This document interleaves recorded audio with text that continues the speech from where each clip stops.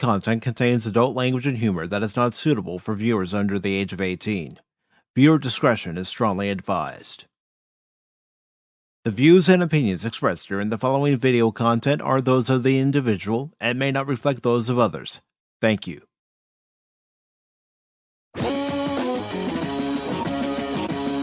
This is Patrick Stewart, and I always watch Pop Talk with Pacific414. Make it so.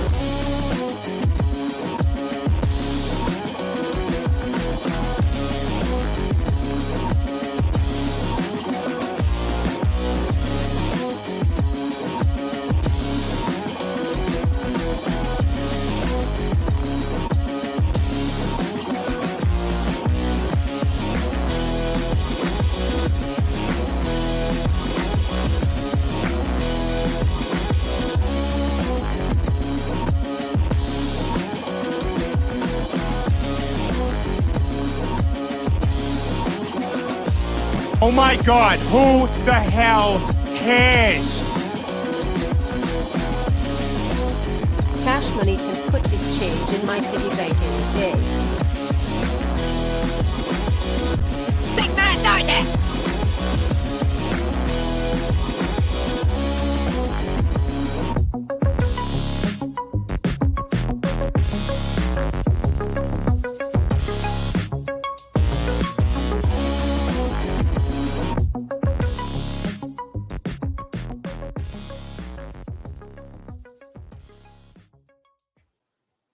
Good morning, good afternoon, good evening, and welcome one and all to this edition of Pacific414 Pop Talk here on this Wednesday, along with Baron Orman Tagge, Cashmoney007. I am your host, Mike, and we are currently live on Cash Money's channel, The Phantom Hooligans, Baron Orman Tagge's channel, Baron Orman Tagge's Fandom Legacy, and Pacific414 on both YouTube and Rumble. I want to welcome you all to tonight's show. We have several articles to go through. One's a follow-up article from Sunday concerning James Wong, a Nintendo manager who made some questionable remarks about white people. I hear Cash laughing. This is going to be good. Yep. It's not often you hear Cash laugh. No, I know. He was fired up earlier. I just was sitting back, just listening to him. I was like, I'm not even going to say a word because I'm not going to get one in my. Well, it's another our usual backstage session when Cash gets into the backstage area. Funny. You know what really grinds my gears? Mm-hmm. Yeah, exactly. Funny because, like, James, it's like, here we go again. I didn't say that, I promise. Come on, man. Right. But really, honestly, I call bullshit. That's right. But gentlemen, how are you doing this Wednesday afternoon here in June? Doing pretty good. Hey, I'm hanging in there. Trying to see what the next steps are. I let the other guys know, but the long suffering had a fall and broke her wrist, and she's seen the doctors right now. She went from work right there, so left me home all alone with you guys. I'm crying. That's the only thing I'm asking for pity for is this. Not that, what happened to long suffering. It's what I'm going through. It's me. It's all about you this time? Me. Yeah. Always. No, not this time. All the time. Is that so, Baron? Yeah, I'm going to be sleeping on the couch tonight, too. You know that. Well, okay, youngster. All right, youngster, out you go.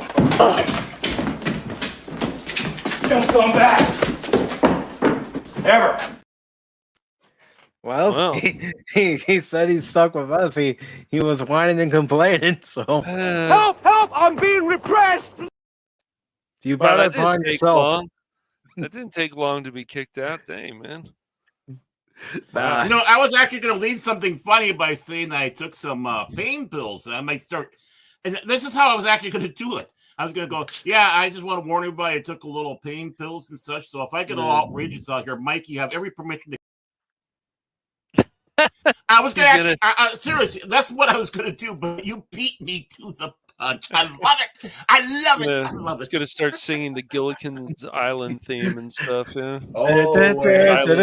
Just sit right back and you'll hear a tale of a fateful trip. Da-da-da. That started from this traffic The traffic port aboard this tiny ship. Oh man. With cash money. The man was a man of legacy. The other was a hooligan. And Pacific was just there to steer the boat clear. And- To steer the boat clear. And I know somebody who hasn't watched that we know. Paul. Gilligan's Island? Paul, you've never watched Gilligan's Island. Get on No. that, okay? No, Come on. singing that brings that to mind right there. Yeah. Come on, Paul. Gilligan's Island. No, man. singing that makes me think of Marianne. Ooh, Yeah. Yes, I'll have a coconut pie, please and thank you. Yes. Yeah, I don't like coconut. I don't like coconut pie, but she offered me coconut pie. I'd take coconut pie any day. Yeah, I always thought she was better looking than Ginger. Yeah, I know she's a redhead. Both of them are fine with me. Yeah, Yes, I can understand. I can understand. That's right. I can understand why people pick Marianne. I know she's the girl next door, so yeah. Oh, the sweetheart, yeah. Yep. Even real life, even when she got busted for marijuana. Yeah. Dawn Wells was a pleasant lady to be around, from what I've heard. Yeah, and not only that, she was a really magnificent lady. When I can't remember the name of Mrs. Howell, the actress's name right off the bat, but Natalie Schaefer. Wasn't it? Yeah. Yeah. And she suffered, of course, breast cancer, had mastectomy and all that, and she really didn't have any children or really any family. So Dawn Wells took care of her in her final days, actually. Making sure she was taken care of and all that. And and of course it wasn't arranged or anything, but she was left her estate and all that stuff, basically the sole heir. And so yeah. Very that's Yeah, so I mean, I never knew that. Huh. Okay. So yeah, I mean, a lot of props to Marianne. Yeah, I still laughed when IFC was like, "Here's a disclaimer. There's things in here that aren't appropriate that we don't condone nowadays." And I was like, blah blah blah blah. Yeah, like the headhunters. It's the headhunters. Right. No. What you need is a soundbite from the penis cartoons of the teacher talking. Yeah, I'm hoping. And speaking of cartoons, I'm hoping MeTV cartoons, all these like thousands of hours of cartoons from Captain Planet to Underdog and a lot of these classic cartoons, that Spectrum is going to actually carry that. So hopefully Captain Planet? Yeah, Captain Planet's coming there too. Planet? Yeah. Come on. That is such a turd show. I know it is. Oh, God. Mother Earth is Whoopi Goldberg. Wind, water, earth, fire. I know. I'm Captain Planet. With your powers combined, I am Captain Planet. Yeah. Whoa. Wait, Captain Planet played by Tim Meadows? Okay. Oh, well, Tom Cruise. Provided the voice right away first. Yeah, but I'm talking about the SNL skits. Oh, I didn't see that. Yeah, they did. Yeah. Okay. Yeah, even Don Cheadle did a thing of Captain Planet. Yes. Oh God, that was a horrible show. Oh man. And before we get into today's stories that we're going to talk about, I do want to say hello to DJ Ronnie G, who was the first one here, who at the time said T minutes. Maybe he meant minus. He meant 2 hours. Yeah. T minus 2 hours. Yep. Mm-hmm. And I also want to say hello to I also want to say hello to Rocco the Brave. Good to see you again, Rocco. Of course, the lovely Leia Rose, the princess of YouTube. Yes. Yep. We're always graced when she shows up, and she's also the president and sole member of the Phil McCracken fan club. Can't forget that either. She's gonna get mad when you say that, but all right. I know, but I mean, there's at least one person that likes him. We just got to look at it. He's that like way. Beetlejuice. You say his name too many times, he's gonna show Well, up. I only said it once. He's lurking. He's always lurking. Oh, he will be. He will be. Oh, If yeah. Not here yet. Oh, He'll yeah. be lurking. If he didn't have half a wit, you wouldn't have a wit at all. But bump. But the stories we are going to be talking about tonight, they're in our 2 hours on both YouTube and Rumble. Then on the third hour over on Rumble, depending on which stories we finish and which stories we get to by that point. We'll be talking about EA executive taking home $20 million in salary after laying off 670 developers. What a piece of shit. Yes. And this is the kind of things that go on. Oh, we lay off things, and then these people get richer. These executives, great. Mm-hmm. Well, prices are going up, man. That's for sure. Can you imagine what the yachts cost now? Come on, man. And we have a follow-up story on Nintendo of America, James Wong, who previously in the story that we read from the Park Place on Sunday was encouraging racism against white people. Well, now he's attempting to deny that he encouraged racism against white people. Yeah, We'll I bet read he that is. story.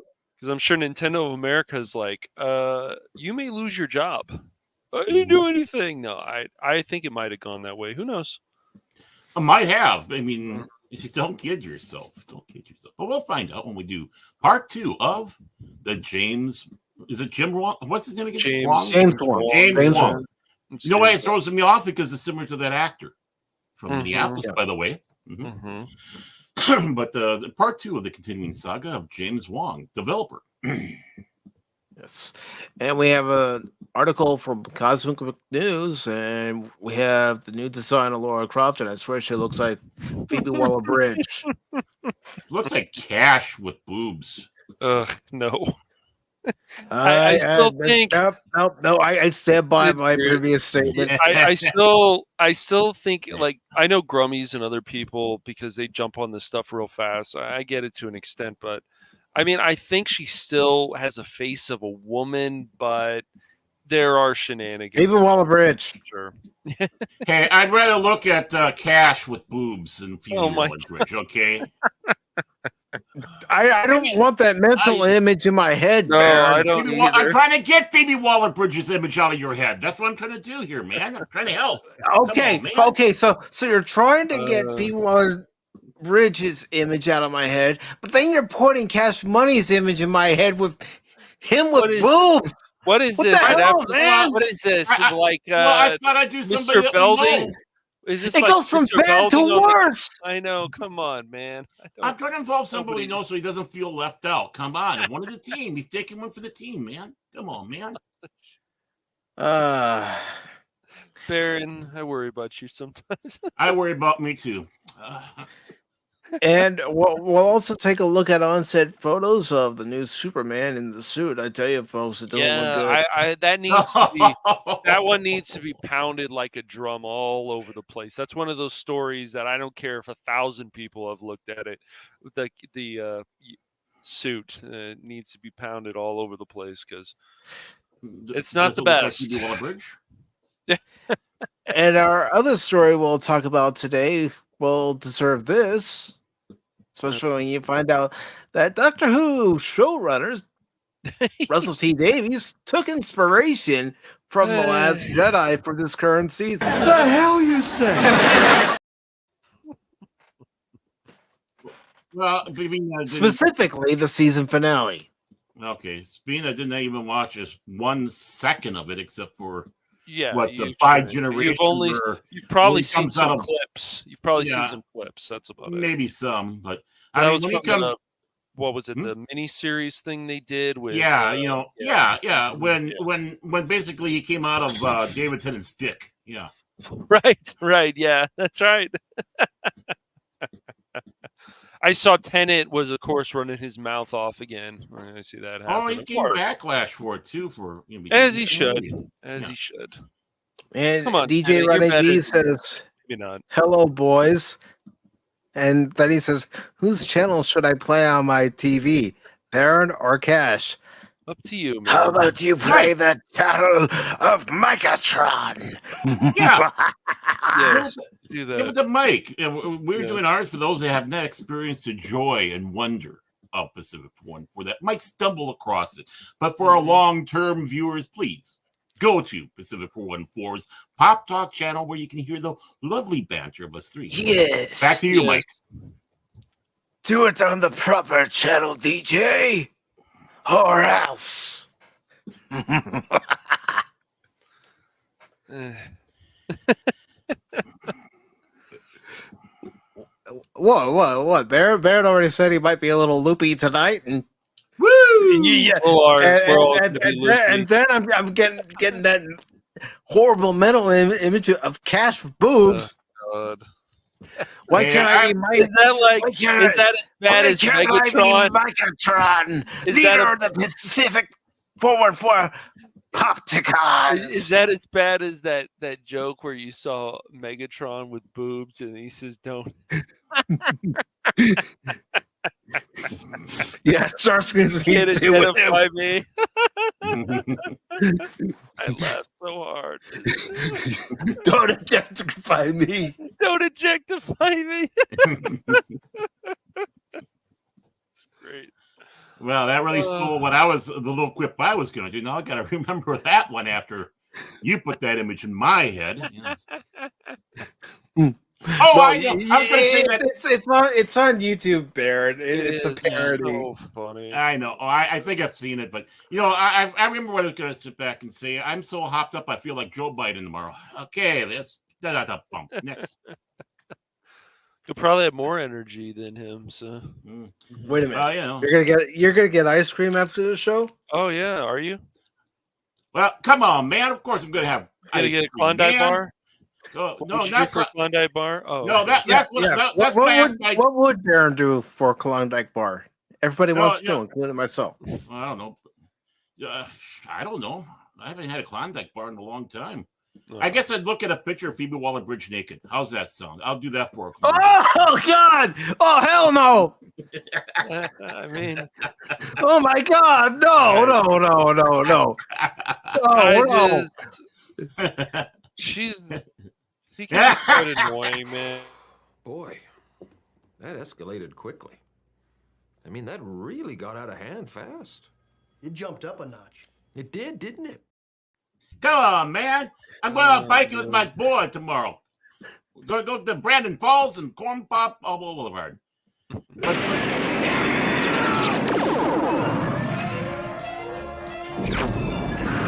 Extinction to all traitors! The sad thing though is, Joe Biden's used that question a lot of times during the Easter egg roll on the White House grounds. Hey, what would you do for a Klondike bar? Oh boy. No, Phil. Pop Talk wasn't on yesterday because Streamlabs OBS was being a butt and not broadcasting properly. I canceled the original Dark Forces stream and rescheduled it for Saturday. No, that's just. I wanted to let you know how hurt I am about that too. By the way, I had a pizza made up. I went to the big TV in the living room. Go, come on, honey, let's watch Mike play Dark Forces. We sat down, and she goes, "Is this supposed to be live?" It's like I don't know what's going on. No, I would hit live and I would notice that the YouTube side wasn't receiving enough bit rate for some reason, and it never even registered on the Rumble side. So I canceled it, tried it again, didn't work, and thought to myself, okay, well, I've already done all my pre-stream prep. Making sure that the modem and router are reset, that any junk files are cleared from the computer, and to make sure that the bitrate hadn't changed. The bitrate hadn't been changed. It was still set at 6,800. So I was thinking, all right, I'm going to try a few tests. because when I stream it over to the Rumble site, I used a static stream key ever since I first heard about it, and it's been working flawlessly. Well, last night it wasn't working at all, so I decided, okay, let me schedule a test stream and make a private test on YouTube and see what happens. So I scheduled the test stream, and it ended up working. So I think it was something to do not just with Streamlabs, but also that static stream key and URL on Rumble, because I'm not using a static stream key or URL right now on Rumble, and we're broadcasting over there. And we were broadcasting, well, I shouldn't say we, I was broadcasting last night when I was running the test, but I wanted to make sure that I put in the chat that this is only a test, because I was going to delete those test streams anyway. Okay. Yeah. You know what I like about that story? It had an ending. Oh, shut up. Oh, is that 3 times today? Dang. Twice. I did one for myself as an example. But Okay. I did you crank the phone enough times before logging on? Fuck you, Baron. Baron, you're just, I swear, man. Hey, I told you I took some pain pills. I'm in rare form tonight. Woo! You're always like this. What are you talking about, rare form? I found this baggie that came to me from a guy by the name of Hunter, and it's like, oh, there's some baking powder in here. Well, what if we told you, Baron? Don't take candy from strangers. But no, you're like, ooh, piece of candy. Ooh, piece of candy. Hunter Biden hands you a bag. Ooh, pieces of candy. Yeah. Ooh.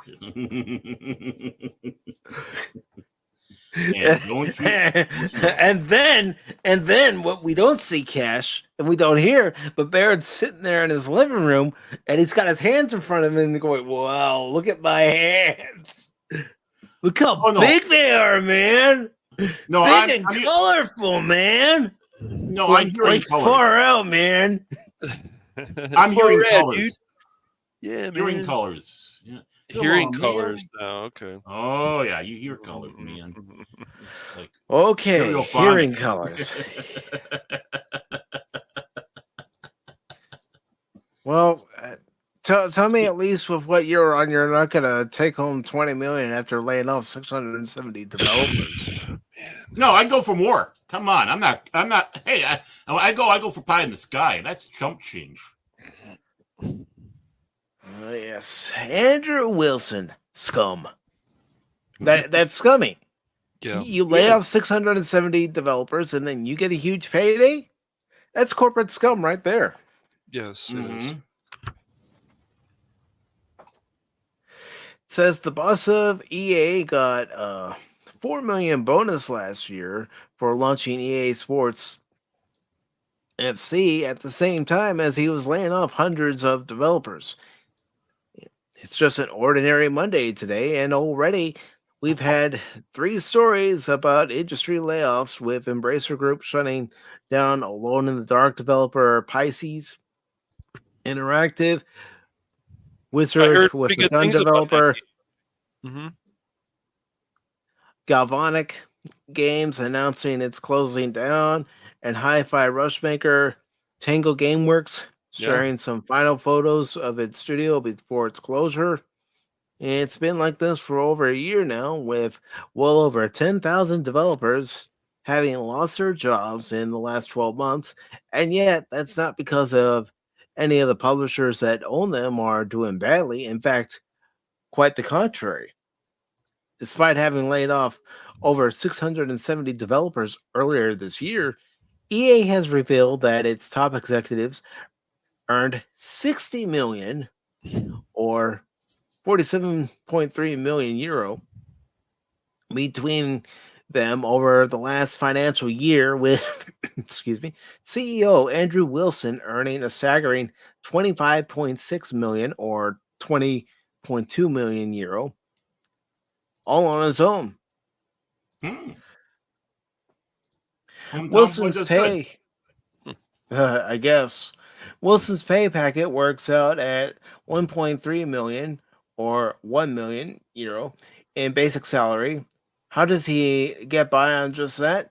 20 million or 15.8 after you do the exchange rate in stock options. 3.44 million or 2.7 million after the exchange rate from a non-equity incentive plan, and 500,000 or 394,000 after the exchange rate of personal security benefits. That's 3.9 million more than Wilson earned last year, as according to the report highlighted by game developer. He hit all his key strategic and operating objectives and oversaw the successful launch of EA Sports FC brand after ditching the FIFA license. Well, that's how he did it. He cut costs, and when you cut costs in the corporate world, you get rewarded, which sucks. Yes. Which means you're not really cutting costs because now that money is going to him. From a certain point of view, I have to say it like Obi-Wan. Alec Guinness, from a certain point of view. But we have to cover ourselves a little bit though, Mike. Alleged scum. Yeah, true. Allegedly. You could argue that an increase was deserved, except Wilson also oversaw 670 job cuts, despite the fact that the publisher is doing extremely well. Well, how can we make more money? Let's cut these development houses here, and here, and lay off these people. Well, EA in general has just a long history of just being a bunch of scumbags to companies they bought and how they ruined them, got involved in them, what they did to everything from Maxis to different companies. It's ridiculous. They have a horrible history of stuff.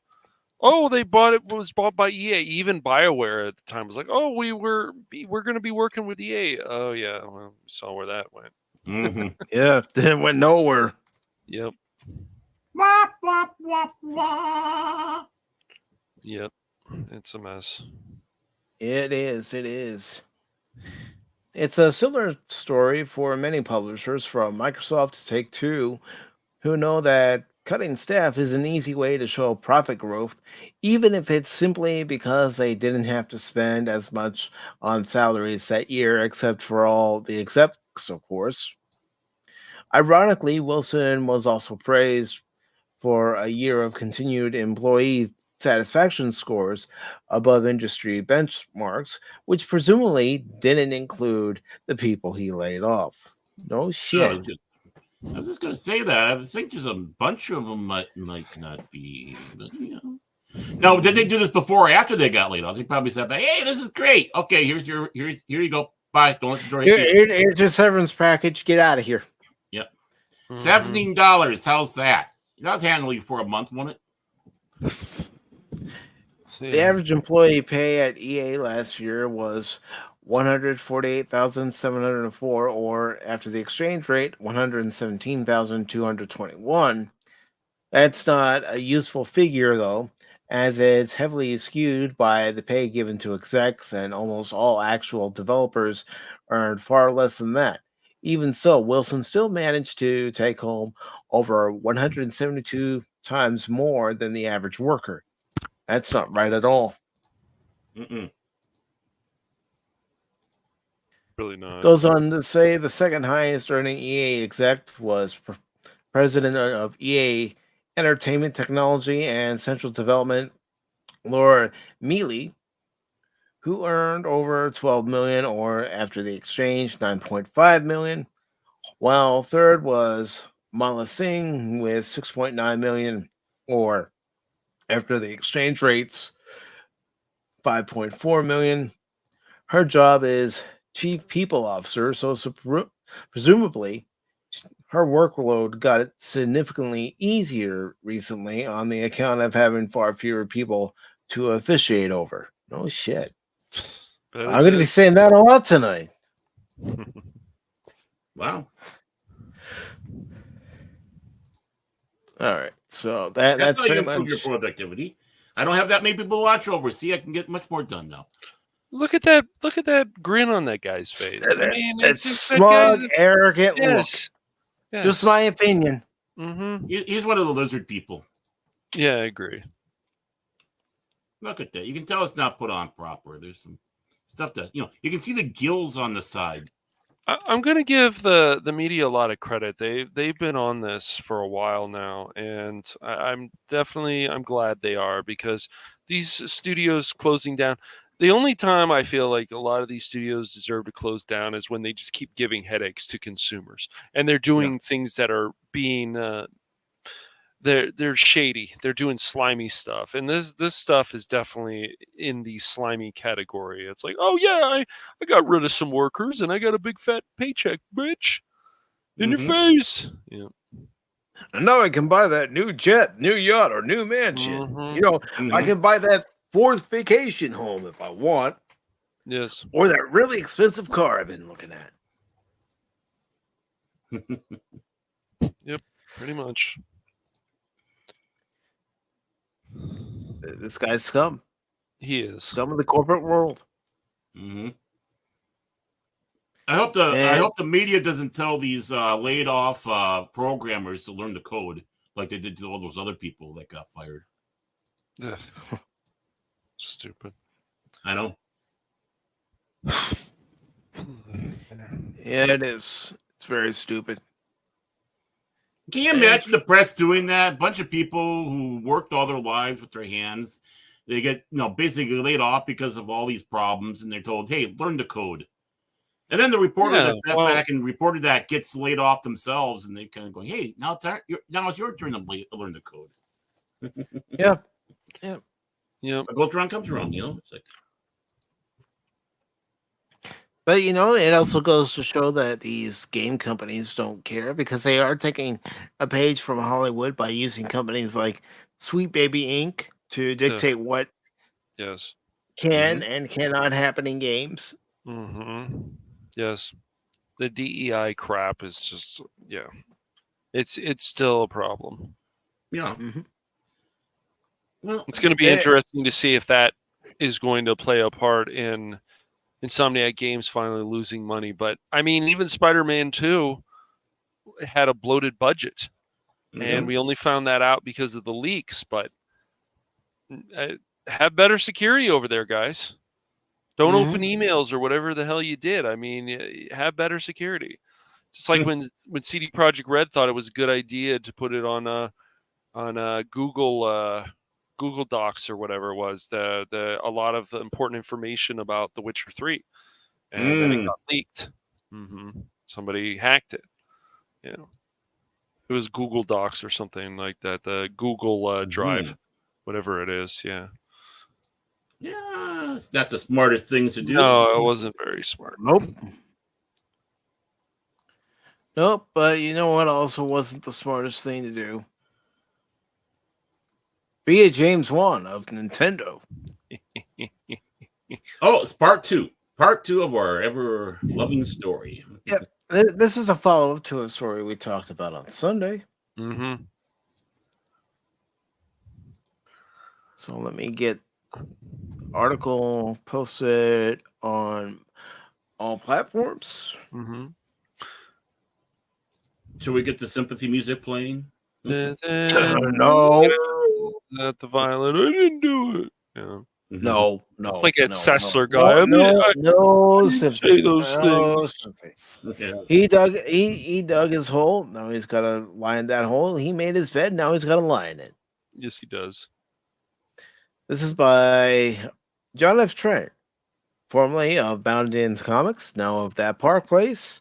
This was posted on the 19th. It says Nintendo of America manager James Wong attempts to deny that he encouraged racism against white people. What? Nintendo of America content production systems manager James Wong attempted to deny that he encouraged racism against white people. I bet he did. I think what we should since he is probably still on the twatter on X on Twix or whatever, we should. Don't even bother. Don't even bother. I've thought about tagging this guy and saying, are you friends with Will Wheaton? I'm just curious. He played with my Wong all the time. He plays Wong all day long. Long time. Oh boy. One made it clear he encouraged racism against white people when he advocated for anti-racism back in November 2020. He posted a thread on X detailing a drive he made from California to Washington and encountering a truck that had a sign that read "Diversity is a code word for white genocide." Well, hey James, guess what? You got to look at it like this. Yeah, well, that's just like your opinion, man. Mm-hmm. It's called roll your eyes and move along. Nothing. He wrote a thread 5 years ago when I was driving from California to Washington after getting the job. I drove through Oregon. I don't remember if. Okay. I mean, that's what he even says there in the tweet that you can see. I believe he meant if it happened before or after I stayed with my friend and his family in Beaverton, but I was approaching a pickup truck on the highway. Okay, yeah, that's what you tend to do. You tend to approach other vehicles on the highway, going in opposite directions. Normally, yeah. It was a pickup truck with a trailer with bales of hay. Why do I hear banjo music? Ding ding ding ding ding ding ding ding bing bing bing bing bing bing bing bing bing ding ding ding ding. Okay, go ahead. The hay was covered by vinyl signs on each side. As I approached the rear, then was beside the trailer. I'm sure that's not the first time he's done that. Hello. Diversity is a code for white genocide. It had a URL and a hashtag. Oh, did you take a picture using your phone? We all got cameras on our phone nowadays. Did you take a picture? He was shaking too much. I was so shaking. Goes on to say, now I can vividly remember feeling provoked, Wong wrote, but I wasn't angry. I drove past the truck afraid. I felt uncomfortable, as if suddenly every other car on that highway was driven by a white person. Is this guy over dramatic or what? Very. Yeah, there's a lot of people on the road that are white that are driving. I don't mean the what? I want to try to break this to you gently here, Mr. Wongy, Short Wong. But yeah, it's a lot of white people do drive on the highway, and a lot of white people have differing views all across the board. And a lot of them like to put stuff on their vehicles and bumper stickers, particularly women, especially women have a lot of cats, and they put that in the back of their car along with other crazy, stupid things too. So I mean, there's women driving too. I thought this was Saudi Arabia. Never mind. Back to you, Mike. Well, we all know there are certain areas where you're driving. It's white knuckle driving. Yep. And the reason why it's called that is because you're gripping your steering wheel so hard, going, "Oh shit! Oh shit! Oh shit!"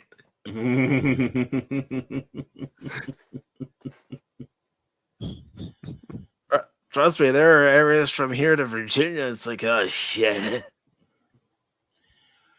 Yeah. It just keep your nose clean, stay out of trouble. No one's gonna bother you. It's the ones that come in and cause a lot of problems that end up being used for gator bait. I don't know if they have gators up in Oregon, but maybe it's that elusive Oregoni crocodile that we've never seen before. Fear. That's what I remembered, he stated.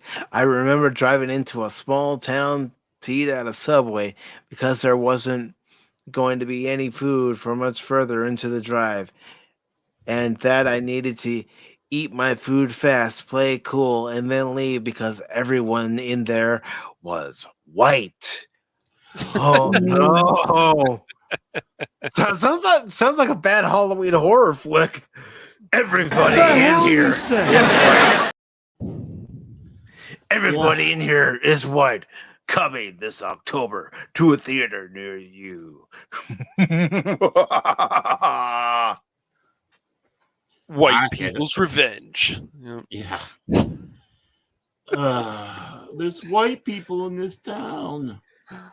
What do you mean about that, Kimosabi? If someone's from the reservation nearby comes over and slaps them upside the head. Goes on to say, he continued, I wasn't sure if other patrons were looking at me while I ate. I was on alert for no good reason except I didn't want to be provoked by anything or called out by anyone. Usually when you go into a restaurant and you're minding your own business and eating your food, other patrons are also minding their own business and eating their food. They're oblivious to you. The young woman behind the counter looked up at me and smiled, but she smiled in that one way, and the words that were dripping out of her mouth just made me almost pee my pants. Hi, welcome to Subway. How may I help you today?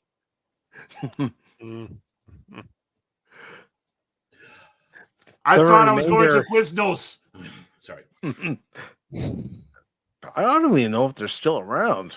Yeah, we got one nearby. We got one nearby. I've only had them once. Same. The remainder of the trip was beautiful, he relayed. I remember driving over a bridge that led me into the mountains, into Washington State. The nature I saw on that drive was breathtaking and incredible, and it allowed me to forget about what happened as I drove by that truck. Oh, gosh, you're fragile, dude. Well, little does he know that bridge was used for the annual hanging of people by the name of James Wong coming through the village. Just, just in case. What? I'm kidding. Oh, man.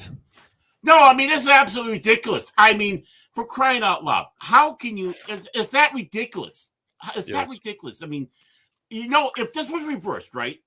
And this is a white guy talking about coming into a predominantly black town in the South somewhere and pulling in, and someone has a bumper sticker of Malcolm X on the side of the vehicle, and they start saying this stuff. What would happen? The backlash would be never ending. It would never end. Yeah, no. Yeah, I mean, this isn't Twilight Zone, man. Come on, man. This is, this is America.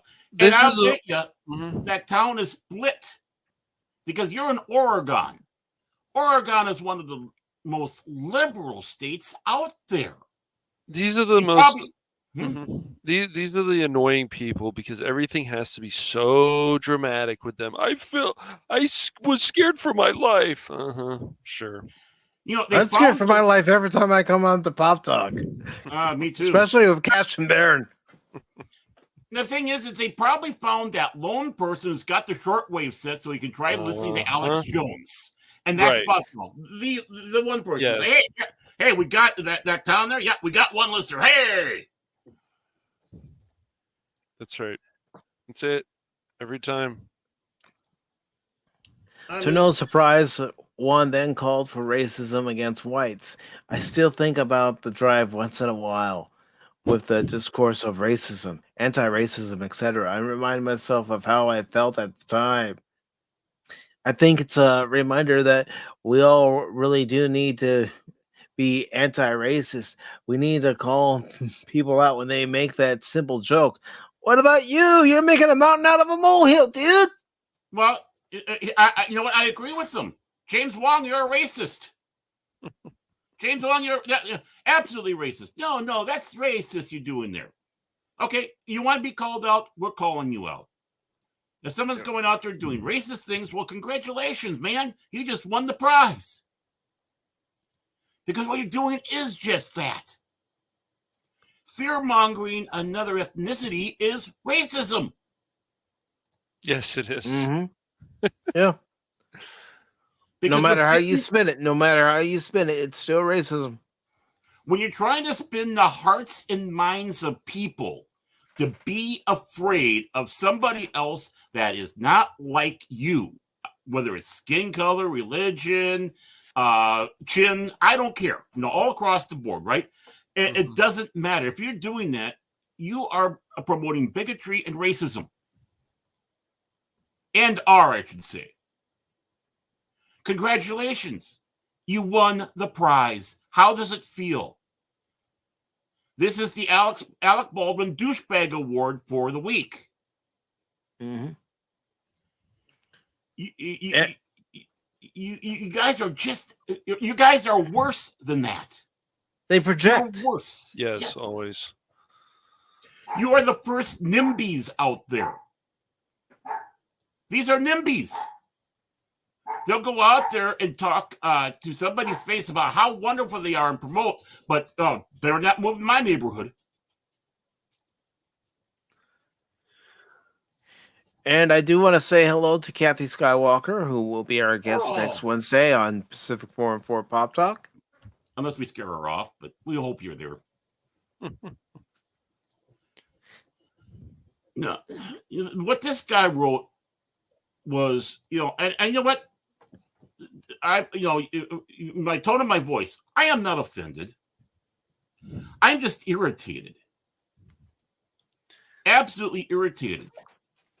Because I'm sorry, I don't believe in reverse racism. There is no such thing. Nope. Racism is racism, no matter what. That's what it is. No matter how you cut it, it's all racism. Right. I don't want to even hear that phrase, reverse racism. I want to walk up to every one of my pale friends that say that and slap them upside the head and say, listen here, red cheek. And no, that's not the case. It is racism. Quit playing their fucking game. That's right.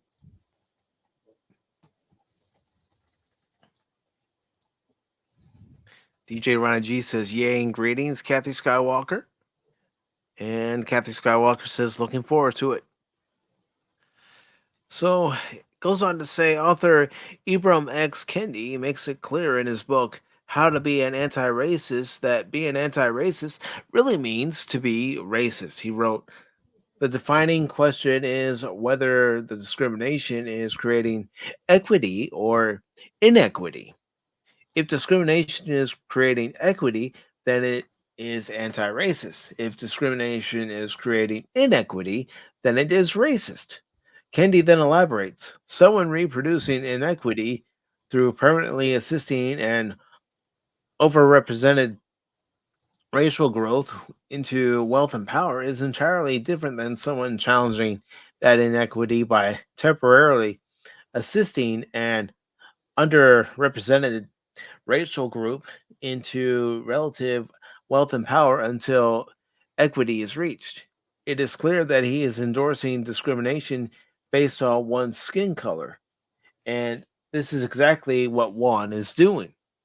Well, exactly.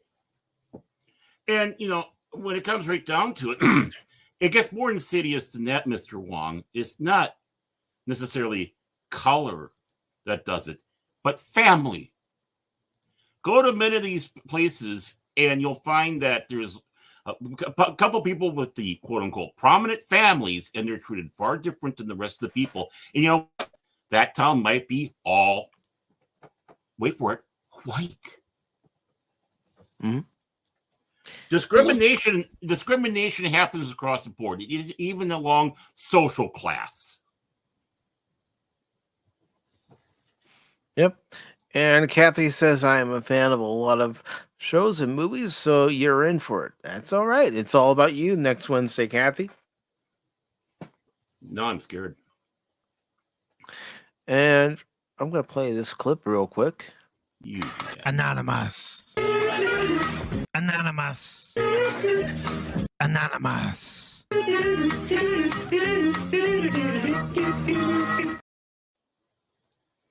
We have Anonymous. Says, yes, Baron, it's just plain racist. Get it right. Yep. Right. And again, I'm not triggered. Really, I'm not. I'm not hurt. I'm not offended. I am not crawling into a shell. I'm just being George Carlin and doing this. I call bullshit. That's all I'm doing. It's like he can think whatever I wants about me, because the big secret is, if you don't respect the people, then what do you care about what they say about you? It's those that you do respect, and usually that takes something to build up a relationship with that does that. Then I can understand, and usually it can be worked out. But I don't know this Wongy, and I don't give a fuck about him. So I'm not offended. Irritated, yeah, but I'm irritated at more of the system that encourages this. Mosquitoed. Clarify that, Anonymous. Or what, are we like mosquitoes buzzing around you all the time, sucking your blood? Are we parasites? Are you calling us parasites? Ha ha ha! I am. I'm living off your fame. He knows I'm joking with him. I'm living off your fame, man. That's what I'm doing. That's why I'm here, basking in your glory. Article continues by saying now one is denying that he encouraged racism against whites through the advocacy of anti-racism. He wrote, "No, I do not hate white people. Anyone who actually knows me, both offline and online, knows this.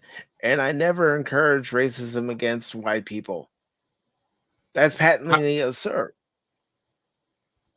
The article headline is slander. I love it. I love it. He pulled off the old, I can't be racist. I know white people. Congratulations. You have come full circle. You have passed the racist class. Yay. Give him the fucking award. Give him the diploma. Sing, my dogs. Sing with glory. Oh, well, Baron did warn us that he's wired this evening. I did warn you. I did. Hey, pain pills are my friends.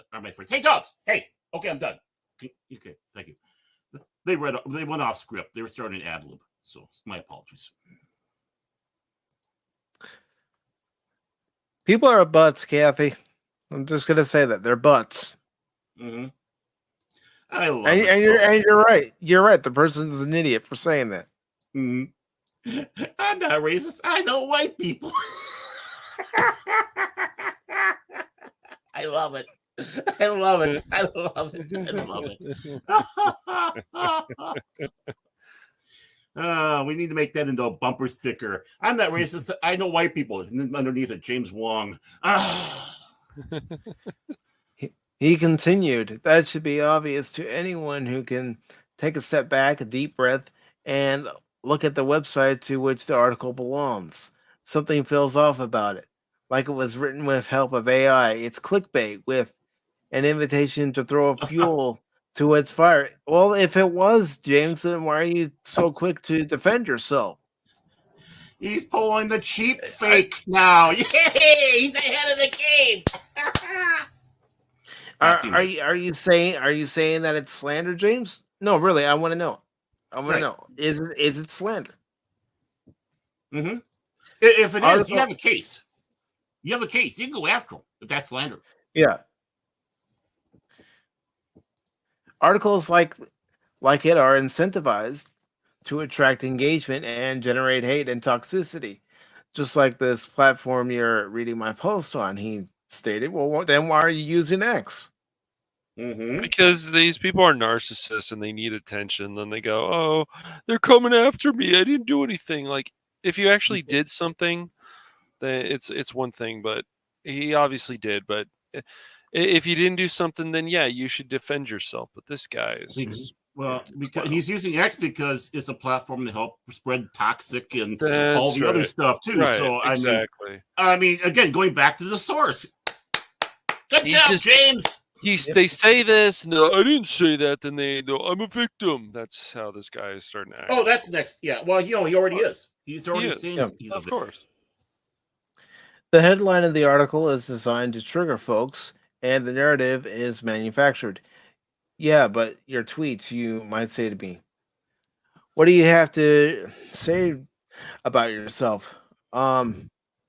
that I'm one of many who experienced prejudice, racism in America at different times in my life. He added, opinions are my own, is in my bio. This disclaimer means that I'm not an official spokesperson.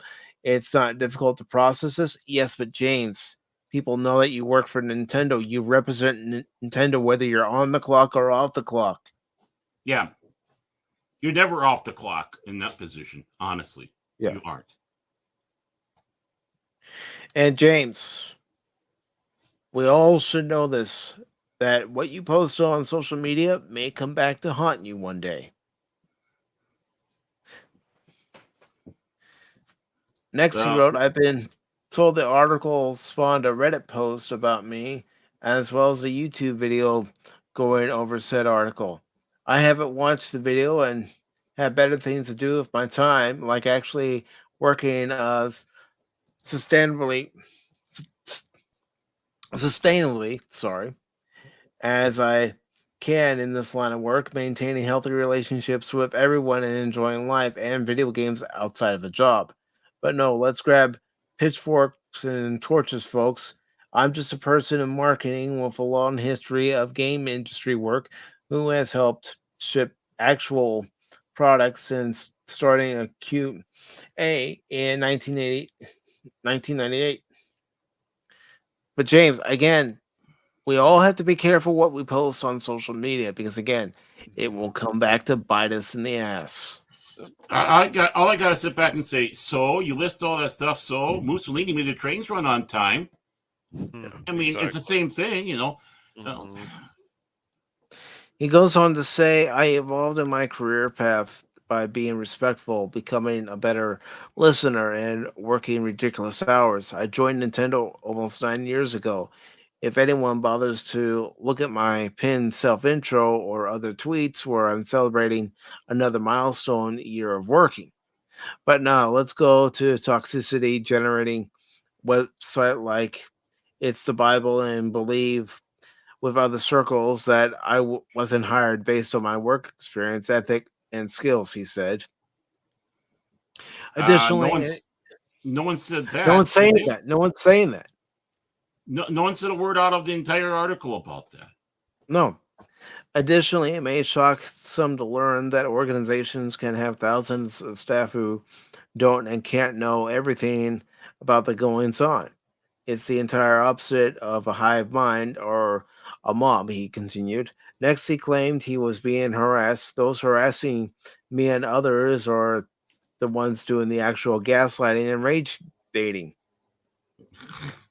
It's amazing. Using my last name and your racial epithet tells us about your character, not mine. What? He then declared, using my last name and epithet is what? When was his last name used in an epithet? Really? Where? When? It's his name, James Wong. Yeah. Is that now saying your name is now a racial epithet? I go out there and start calling everyone, hey, Wong. And now it's going to become the W word? What is it here? Come on, Mr. Wong, tell me. He then declared, I can't imagine spending so much time on this website to be a hateful bully like that when I have an actual life and job, where I'm always learning, growing, and working with good-natured folks of all backgrounds, even politically opposite, who are really, really great at what they do and are respectful and professional. Yes, in the workplace, we're all respectful and professional. Can I say this? call bullshit. I bet you he can't stand anybody of a different political persuasion. I'll put money down on that. He can't as well. Anyway, throughout this, the showing and surge of support and something like 600-ish new followers is appreciated. Take care of yourself and have a nice day, he concluded. To no one's surprise, Juan was the aggressor, accusing gamers of being angry bigots. He wrote, it feels like all these angry bigots were better people before their con idols gave them terms they should get mad about, when those terms are concepts that have been around forever. He then added, "You mean this thing like from 2000 is woke? Always has been." And what do I make about this now? Well, it could be regret for posting that tweet. Mm-hmm. He's trying to play damage control, I'm sure. Well, yeah. He didn't think anyone would catch this. No. He thought he was preaching to the choir. He thought he was in the echo chamber. That's he thought he was right. in the bubble. You got it. Right? Mm-hmm. But someone came across that because he forgets that he is in that bubble. And like I said, I'm sure he does not in any way, shape, and form entertain anybody outside of his thinking around him, including at work. And that someone who does that sees it. And the thing is blatantly a racist diatribe that he has, insulting so many people in this country, especially when he starts blanketing white people.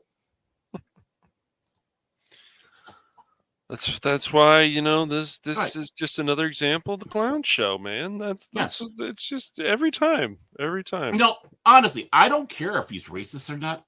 Yeah. I really don't. The only thing I ask you to is please be honest. That's all. That's right. That's the only thing I'm asking about. I you know, again, I'm not put out by you because I don't give a shit about you. Exactly. But at least be honest about it. Just come out and up in front, because you know you're not going to get anything from me, one way or another. No, I'm not gonna go to your Twitter account and harass you. That's No, I not guess what I my won't Twitter either. account's for. My No. Twitter account is to promote what's happening on this and my other channels. Right. I got better time watching Scammer Payback or IPD. You know. I mean, And honestly, Cassie, have a good supper. oh yeah, Yes. sounds good. Looking forward to Wednesday. Next Wednesday, that is. But yeah, I'm not gonna harass him. He's already dug his own hole. Now he's gonna figure out how to get out of it. And he'll probably keep digging that hole as many times as he can. Well, he'll get out of it unless more pressure is put on him. Let's just put it that way. If gamers, Well, he's quite arrogant too about his job and this and that. It's Right. just, it's really funny to me. It's like, well, dude, I hope it's all works out for you, because you know. Because this article coming out is that he did here with his little soliloquy, you might say, is not helping him. No, it's making things worse and giving more ammunition. And it's like, do you want people to dig into your stuff even more? This is just somebody who came across one of your comments making about that. People can dig, and when you start giving them a challenge, and that they don't have enough time on their hands, well, they're gonna take you up on it, buddy. Yeah, they are. Yes, it's they something will. we all have to keep in mind. Like I said, when we're on social media, whatever we post, it may come back and haunt us. Right. Yep. Except for those pictures I had actually had released on the internet that might be more harmful for those that see it than, you know. And I'm sorry, I was told it was supposed to be a tasteful, artistic photo shoot, and yeah, sorry. And I do want to say hello to everybody's favorite penguin besides Punk Waddle, Low Spec Linux Laptop. Good to see you, Low Spec. 2 penguins enter, 1 penguin leaves. So, gentlemen, you ready to discuss the new design for Lara Croft? Oh, great! Of course, man. You mean the Phoebe Waller-Bridge Lara Croft? With Cash's chin. With Cash's chin. With my beautiful chin? Yeah, I mean, I can see Phoebe Waller. The face. Well, I don't know. I see it, and I'll show people and get their opinion. I mean, It's at just least my she opinion. still looks like a woman. I'll say that. Yeah, but it looks Phoebe like what? Phoebe Waller-Bridge? I don't think so. Okay. That picture is not flattering of her. That's for sure. I don't think I've found any picture flattering of her. But my God, is she in the new? Is she in Beetlejuice, the new one? No, she's oh my not in God, Beetlejuice. You know how much? You know how much makeup work? You know how much makeup work they'd save in money by hiring her on? Oh my! Just walk yeah, on I know, right? Ready to go. She could be. She could definitely be in Beetlejuice. I can see it. Yeah. And that's the new Lara Croft. I Yeah, could see it. I could see it. Oh God, please don't. Please don't. Looks like Leon from Silent Hill. Everybody, I'm sorry, but there was a disclaimer before the program, so don't complain too much. But he did put that disclaimer. Oh man, God, disclaimer's always been there for Pop Talk, and this time in some fashion or another. This time it was. There is no way though Phoebe Waller-Bridge actually did her research on Lara Croft. I can't. Not enough, anyways. I can't see it. I just can't. Okay, right. okay. That gets this one, Cash. What the hell you say? Jeez.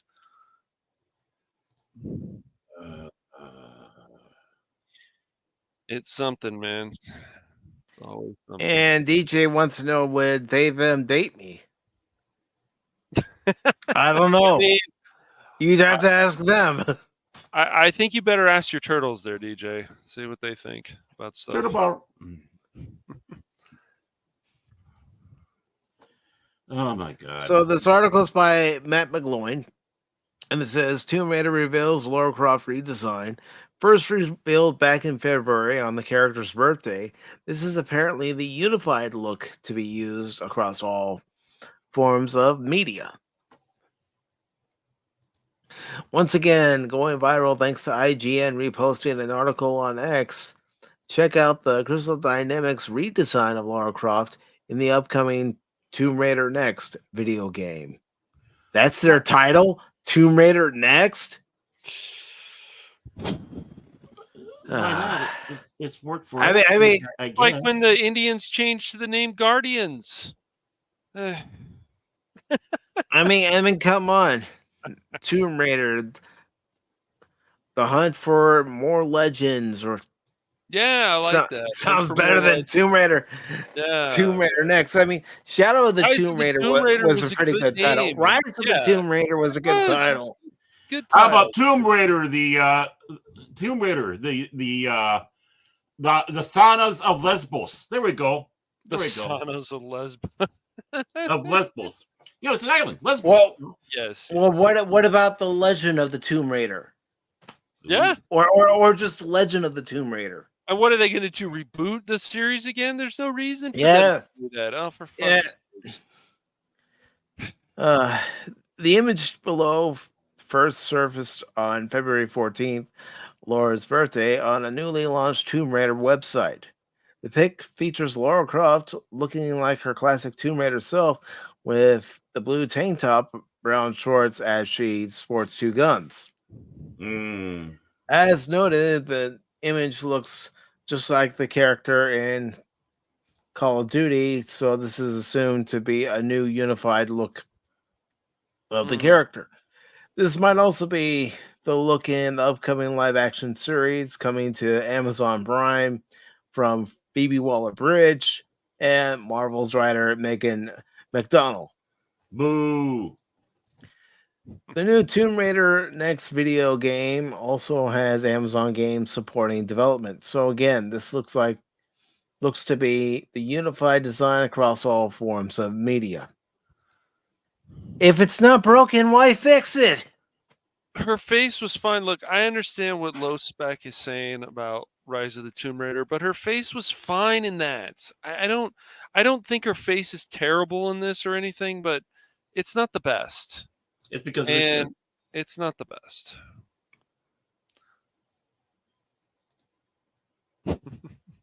No, this is a game ridiculous, folks. It really is. It really is, and it's good to see Cap here. Late night with Cap. JT, good to see you. All right. It says details are slim about the new game, but there are rumors. There's always rumors. Mm-hmm. And it says that the next Tomb Raider game will be fully open world. It will be set in India, featuring vast sceneries, free use of the motorcycle, parachute, and common Lara traversal methods to unrestrictedly navigate across a big map and its challenges. Using Unreal Engine 5, should be released in less than a year, assuming no issues. A natural disaster strikes northern India, revealing ancient Emperor Ahsoka, or I'm just saying Ahsoka. I don't care. It's all the same now, anyways. Yeah. Well, that's what it looks like. I know. I'm not being critical. Ruins and artifacts. Laura strategically races against a society of raiders and other rivals for these powerful relics. Wait a minute. I thought we had read an article a few months ago saying that she's not going to be going after old relics. Colonialism has reared its ugly head yet again, folks. Dun, dun. Watch out, pygmies. Here we come. The Society of Raiders are inspired by Lara, yet unaffiliated, and might have some opposite agendas. No shit, Sherlock. I am saying that a lot tonight. Shocked. This also relates to a new feature based on recruiting teams and allies to strategically aid you in missions and defeating rivals. There's emphasis on a new non-lethal combat option. Oh, come on! Oh, no, it's no. It's Tomb Raider! I want to shove a grenade down someone's pants and pull the pin and push them off the cliff. Come on! Peace, not war, man. No worries, Cap. We all get busy. That's the question. Will he hit the ground first or explode first, Or maybe it'll be simultaneous. It can turn into a drinking game. No. You're encounter an enemy in the game. It's going to be a cutscene. You're going to be given a choice. Kill him or kumbaya, my lord. Kumbaya. Oh, boy. Anything's possible now. But nowadays in gaming, well, like I said, it's happening in Hollywood. Now it's happening in gaming. Well, it's not surprising. They go hand in hand. It's like pretty soon the music, feelings, nothing more than feelings. I'm Laura. I was wrong.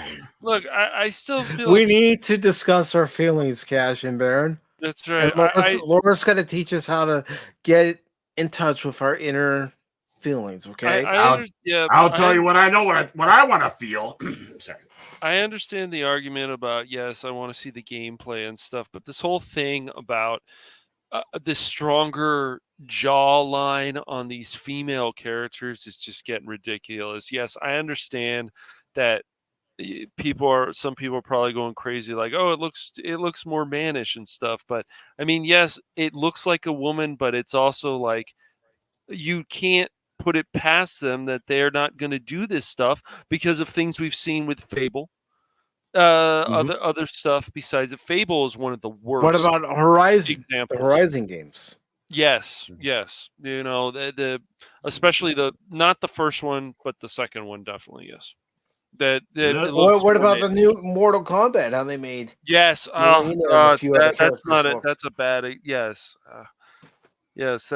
That's another. I'm just bringing up examples, Cash. I know. Looks like a woman, but talks like a man. No. But I feel like we have to. That's right. I feel we have to keep beating this drum because this never stops. It's funny, sure, but it's also insulting to these characters too. Oh, it is, yeah. I won't be happy until she has a 5 o'clock shadow. Okay, that's all I can say.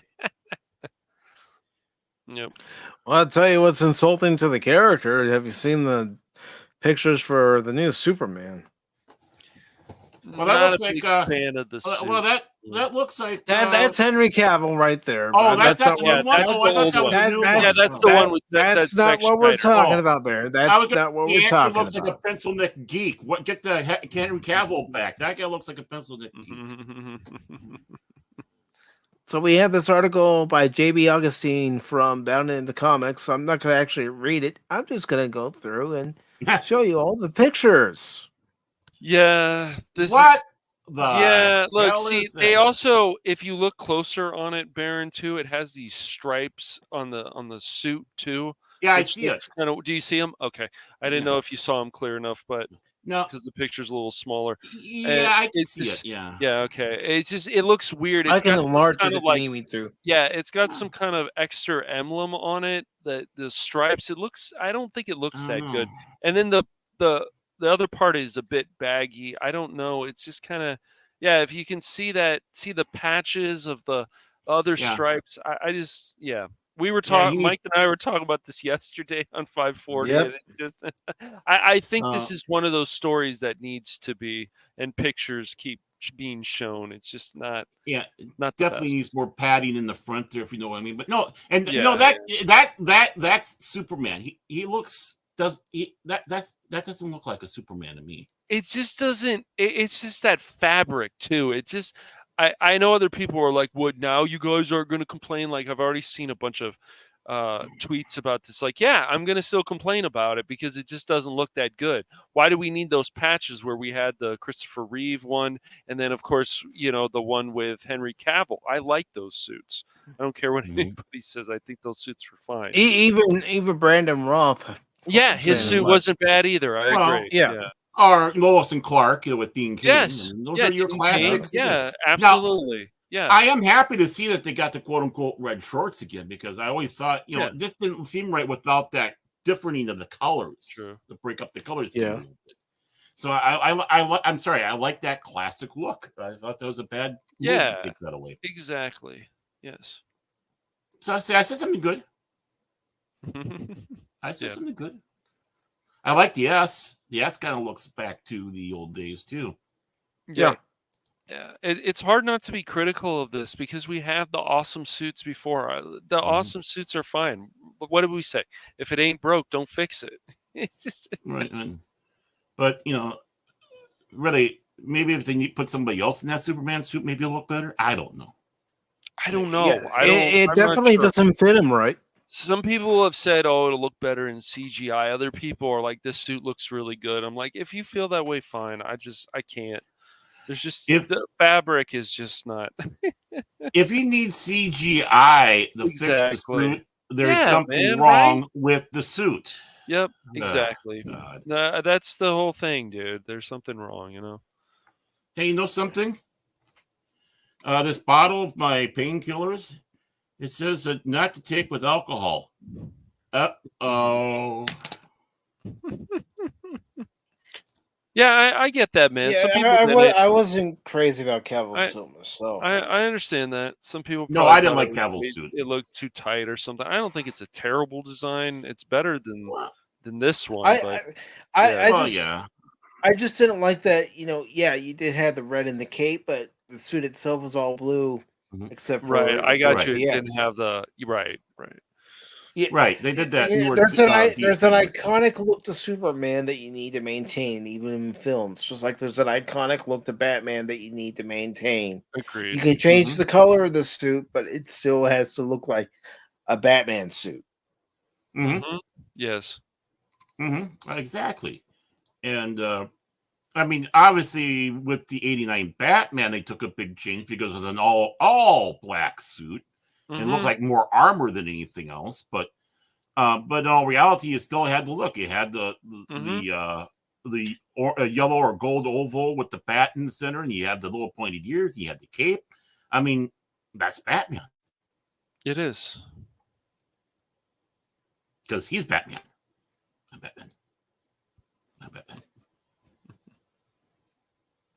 No. Who are you? I'm Batman. I should put that clip back up. Never heard of you. Well, that's why I'm telling you, I'm Batman. I want people to know that I'm Batman. Oh, well, there's a publicity house down there. They can take care of that for you. I'm just a street thug.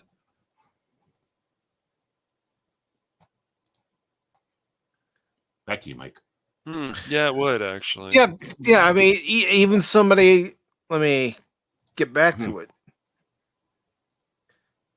Somebody here, Richard, over on X said, "I think David Corenswet's Superman and Robert Pattinson's Batman would have looked really good together. Mm-hmm. I could see it. You know, Yeah. Yes. A Justice League idea if they wanted to try that again. But really think about it, really have a plan for it, not just try to compete with Marvel and say, "Oh, we got to do a Justice League." Right. Yeah, their version of a piece of candy. Ooh, a piece of candy. Mm-hmm. Quick! Avengers was successful. We got to do our own thing. What do we got? Justice League. All right. Do any of these other characters have their own separate movie? No, who cares? Who cares? We got to slap it together. Mm-hmm. And it'll be Darkseid, and you'll be this intergalactic power that can take half the galaxy away. Wait a moment, where have we heard that before? Wait. Isn't that Thanos? Fired! You're fired. Yeah, out the window. yeah, they could have used somebody else besides Darkseid, though. Darkseid is a great character, but yeah, I see where you guys. Well, are they using Darkseid? I was just kidding. No, they did. Yeah, no. Darkseid was used in the Justice League, especially the Snyder. No, I'm talking about. Oh, okay. Oh, I haven't seen. And this new one, I don't know who the villain's supposed to be in this new one. I just know I saw the Joss Whedon version of Justice League, and then I saw the Zack Snyder version. Mm-hmm.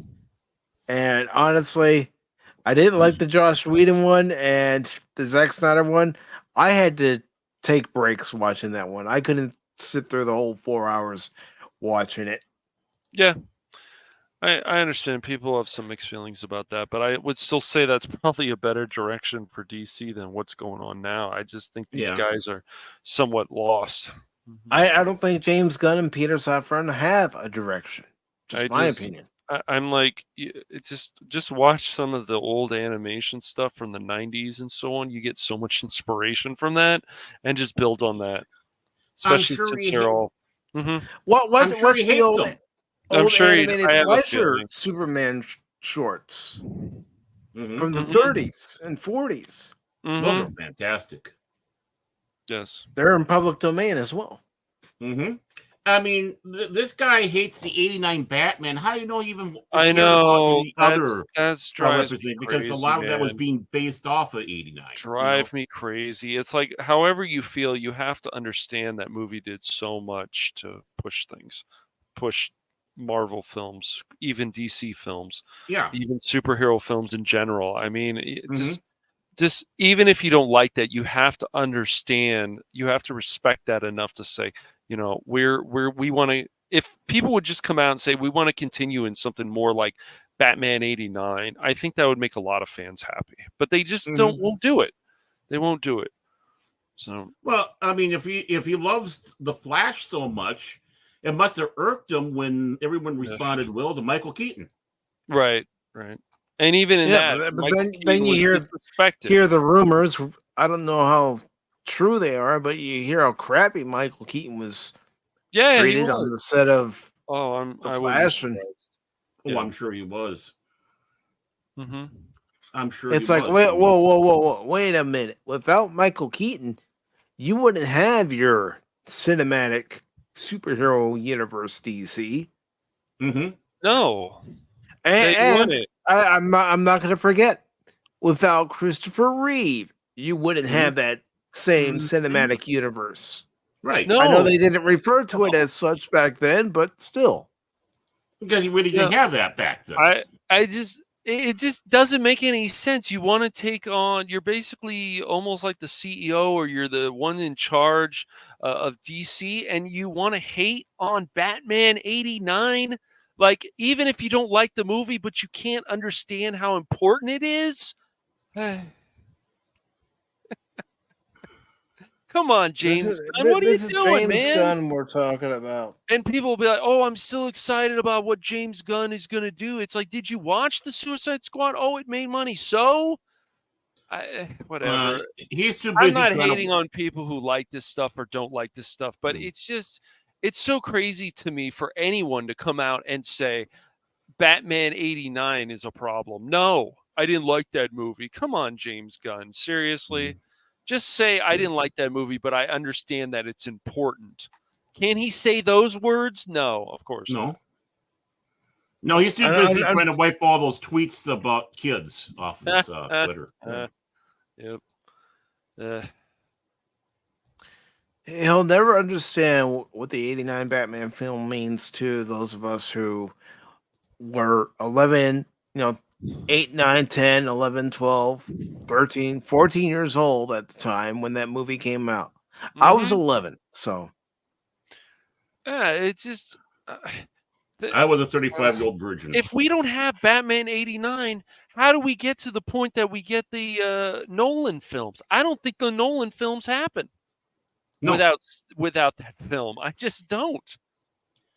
Well, you're absolutely right, because everyone was still assuming Batman, and when Batman came out, there was still a large segment that was thinking the Adam West style. Oh, it's going to be a campy film.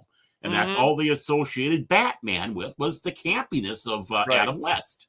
Right. And so, I mean, just as much in Superman, I don't want to take anything away from Superman or Christopher Reeve, because that showed that you could do a decent superhero film.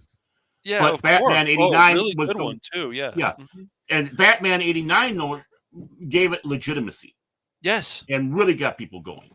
So, I mean, when you get not only Michael Keaton, but you get Jack Nicholson in there, it makes people sit up a little bit going, where does he get all those wonderful toys? Yeah, exactly. Very good Joker. Yes. I still have my original VHS copy of Batman. Nice. Even though I did buy the 4-set Blu-ray. Yeah. I still have it. Here, I'll grab it and show it to you guys. Go ahead, man. I'm trying to remember if I do. I think my dad still has his somewhere. Yeah. I know I got it on DVD. But yeah, I try to remember. Yeah, I think I did have it. Yeah. Time travels so oddly sometimes. But yeah, I mean, you don't have to like something. No. To understand the impact and okay, we want to replicate something about this. I mean, you can't hate the whole thing, can you? You hate the fact that Gotham City look like Gotham City? Is that the thing? You want to look like Peoria? Okay, make it look like Peoria then. I don't know what you have against Peoria, but in all honesty, yeah. I can understand if you didn't like the story or whatever, but you have to admit that the artisticness that was put into that film, the hard work with the sets, the costuming, even the special effects, my word, what an impressive movie that was, just alone by that. Yes, it was. And I know other people don't like the fact that Batman doesn't kill and Batman doesn't do this, but Batman killed in the comics before, so people might want to go back and do some more research. when hasn't he died? Him and Superman died a lot. Right? I mean, they did, man. Yeah, they did. I mean, if you really want to go down to it, the Joker's first time he was out, he was only going to be a one-time villain, one and done. But he was so popular, they had to find a way to resurrect him because literally at the end he was dead. He was killed. I had no problems with like Napier having killed Batman's parents, Bruce Wayne's parents. I was fine with that. But yeah, I guess I understand Batman doesn't kill and his whole thing about killing the Joker and stuff. And I've had some conversations about this. I said, well, I mean, you can feel that way, but that's Batman fine. killed. Batman did in the comics before, whenever he needed to. Yeah, you're when it was going down necessary. To yes. Now you're going down the Adam West, wacky 60s stuff.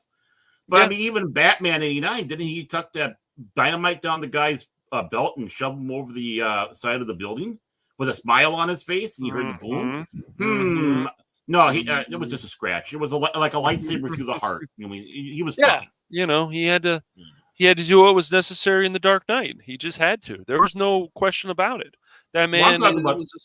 Which one? I'm talking about Okay. 89. I'm You said talking about 89. hanging on. Oh yeah, 89, hanging on. But I remember he's hanging on as well in The Dark Knight. So I wasn't okay. Yeah. No, he wasn't hanging. He was on the top. He put the dynamite down, lit dynamite down the guy's front, and pushed him off the edge of the building. And you heard the bam, and he's walking away with a goofy smile. I mean, it's like, yeah, right.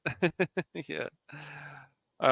Yeah, no, all that stuff. I mean, Joker, just like in The Dark Knight or even Batman 89, it was just, yeah, he's a sociopath. He's a psychopath. You know, you gotta do what's necessary.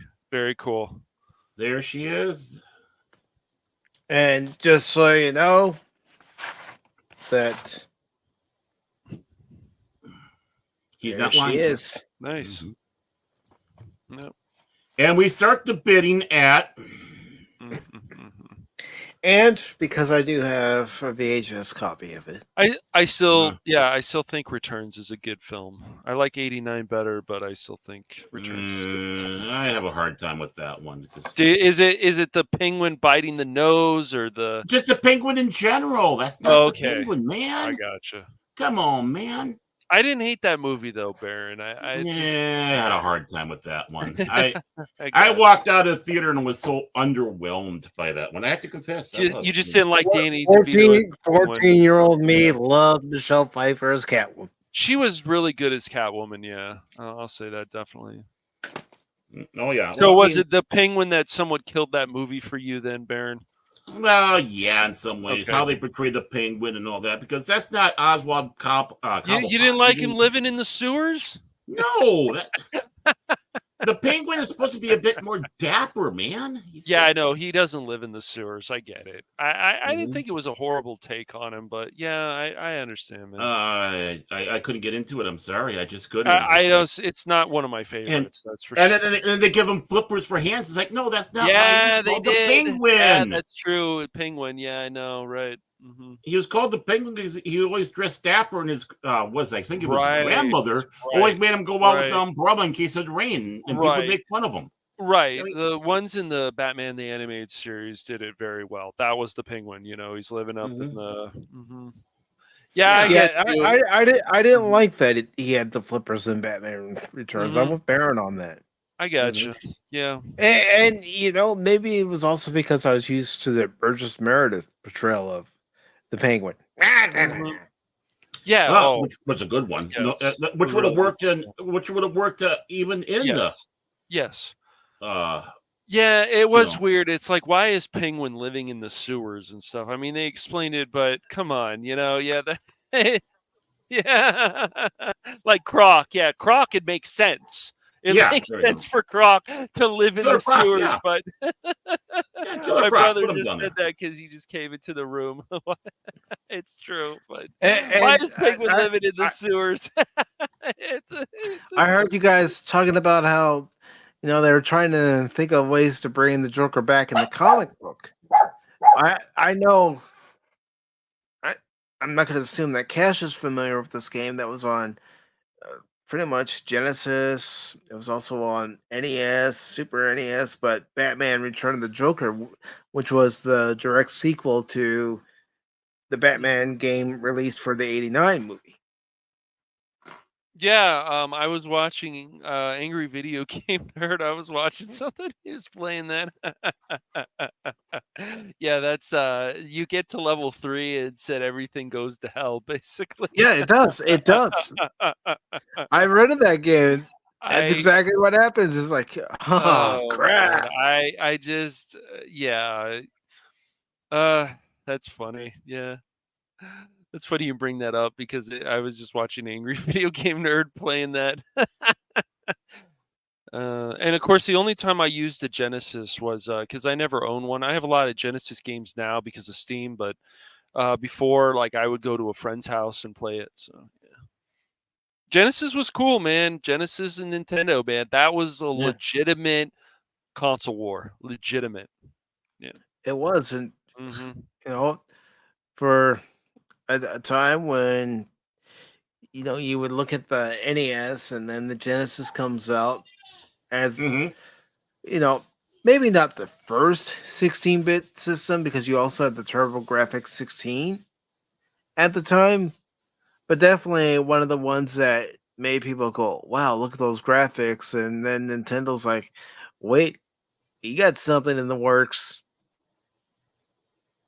And then they come out with the Super Nintendo.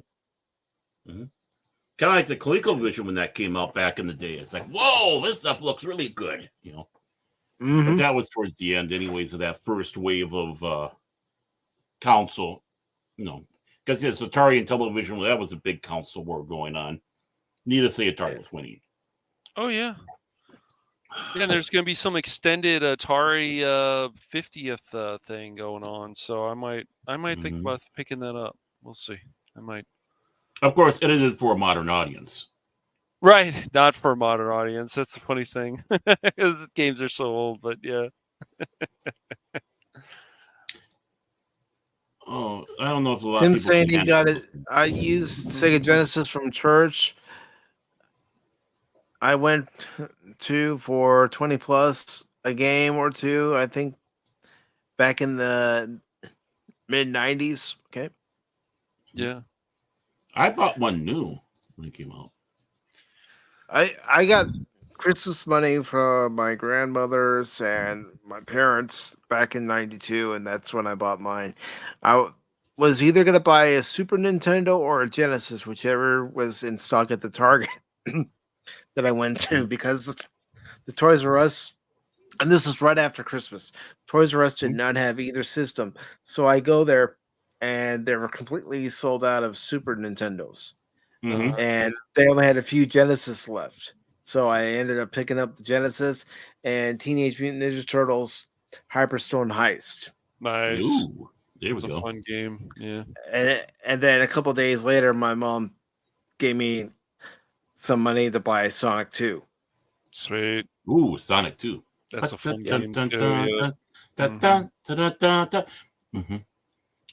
Well, yeah, I mean, I remember going there and I was having a hard time. Do I get the Nintendo? Do I get the Sega? And, you know, talking with the guy in the store and like, okay, I had my tax money back. It's like burning a hole in my pocket. And it's like, oh, okay. So I went with the Sega. I mean, I like it. I just wish there were some games that were on both, but yeah, you know, you win some, you lose some. Yeah, that's definitely when the console exclusive started back in the 90s. Only on Nintendo. Yep. Yes. Sega. So, Baron, would you like to read this next story? Oh, must I? Okay. I'll put the link in the private chat. Don't worry. Yeah, I know. I was just looking over at the private chat to see if the little marker came up and said, "Hey, idiot! There's something in here. Someone's trying to talk to you, you moron." Hey, there it is. Ain't that wonderful? Let me bring this over. Let me prepare myself. By the way, speaking of which, did you see those freaking orcs, for crying out loud? Is that why you didn't want to have that story the other day, because of those freaking orcs? That is exactly why I said no. No, I don't want your blood pressure to go up. Yeah, and then there was a story I saw today that they aren't changing the player's guide. They still have the same art, and people are like, "Huh, that's interesting." Yeah. You know, the thing is honestly, and I'm serious here. If they want to start screaming about not necessarily racial appropriation, but putting, using a racial group for a racial group inside this game, these guys look like D&D Mexicans. It's like you guys are just as guilty. It's like I can see Mexican Iron Man as an orc now. Thank you. Sorry, Mike. The other Mike. No, I think he should be warned about this. Oh, I can't wait. But like I said, when I saw it, no. As much as I know Baron would love to read this because he would go off on it, well, no. For the sake of his health, we're not going to do this. What's their battle cry? I mean, honestly, and yeah, I'm mocking you, Watsy. I'm mocking because as much as you sit back and say about how horrible you used all these racial tropes to make these characters, and like, well, congratulations, you did it too. So, but we can talk about my blood pressure going up later on here. But we got this from Comic Book TV. Is bylined by Jenna Anderson. Yeah, I like that name. Is bylined 2 days ago, June 24th, 2024. And it goes, Doctor Who showrunner says Star Wars The Last Jedi inspired season finale. And it's like, yeah. Russell T. Davies is a hack, people. He always was. The latest season of Doctor Who is now in the books. Yeah. I had a dog crap in the book one time and someone closed it, so that was in the books too. And the events of the most recent season finale, Empire of Death, have definitely left fans with a lot of questions. One of the biggest reveals, why did we watch this shit? From the episode concerning the origins of Ruby Sunday, not to be confused with Ruby Tuesday, played by Millie Gibson, not related to Millie Gibson, established that her long-lost parents, whose identities have plagued the entire season, were actually just ordinary people. Wow.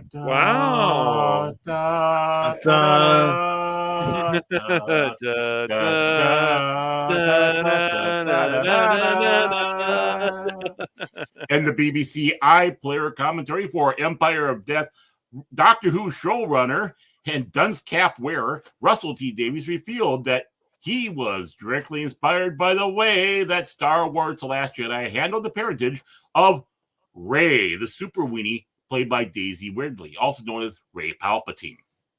Right. Revealing her to be a Force user whose parents were nobodies. Oh no, nobodies. Wow, there's narrative to see. They're muggles, folks. They were muggles. They were Jedi muggles. They were muggles. With this narrative decision was ultimately retconned in 2019's Star Wars: The Rise of Soy Walker. Davies was still the Rise of Palpatine. The Rise of Palpatine. Yeah. Poopy pants. Hey, come on, man. Be nice, man. This is kind of my reaction to that film, Davies revealed. The second film said that Rey was nothing special. There was nothing special about her parentage. She was just an ordinary person with the Force, with the dream of dancing on the stage like a sugar plum fairy, like I did when I was a wee child. Oh, never. Sorry, Russell. Really? You were a sugar plum fairy? No, that was Russell. That's Russell T. Davies. Russell T. Davies. I've sat through several recitals of the Nutcracker because my sister took ballet, and I never saw you in the show. No, that's Russell T. Davies. He was doing it. That was his dream. Let's see where I really love the version where she wasn't special. When she's an ordinary person with the Force, I really love the version where she wasn't special. When she's ordinary, she's not the daughter of Sutek. She's not the daughter of the Time Lords or Rassilon or something like that. Her mom is Louise Miller, who was 15 years old and pregnant from a dangerous, abusive home and left her child on the doorstep because I think it's a better story. They kind of had a little bit of that with Ace. Once everything is restored, Unit. Wait a moment. Once everything is restored, Unit are able to. Okay, that was them writing, not me reading it. Are able to use the DNA correctly to identify Ruby's parents, Louise Allison Miller and William Benjamin Garnett, scumbag of the season. 15, Tim. 15. 1-5. Let's see. Two ordinary people had Ruby as a teenage pregnancy. Louise did not tell William that she was pregnant, and because she grew up in an abusive stepfather, she decided to let Ruby out of that house. So she gave her the little bag at the end of the stick and said, go down the street. And they started playing the Incredible Hulk music, dun, dun, dun, dun, and leave her child on the church steps. The pointing she did when leaving the church, which the doctor originally thought was targeted at him, was actually the Ruby Road sign. She wanted her daughter to be named after. Yeah, I mean, now that the doctor is a person of color, he's probably thinking, oh man, they're being racist to me. You know that. The doctor determines that this mystery was so enticing to Sutik because Ruby and those in her life decided Louise's identity was important. Oh. Ruby then tracked down Louise, now a 35-year-old nurse, introduces herself to her and folds her into her adopted family. Unit is also available to track down William, who Ruby is preparing to go meet when she and the doctor says their goodbyes for now.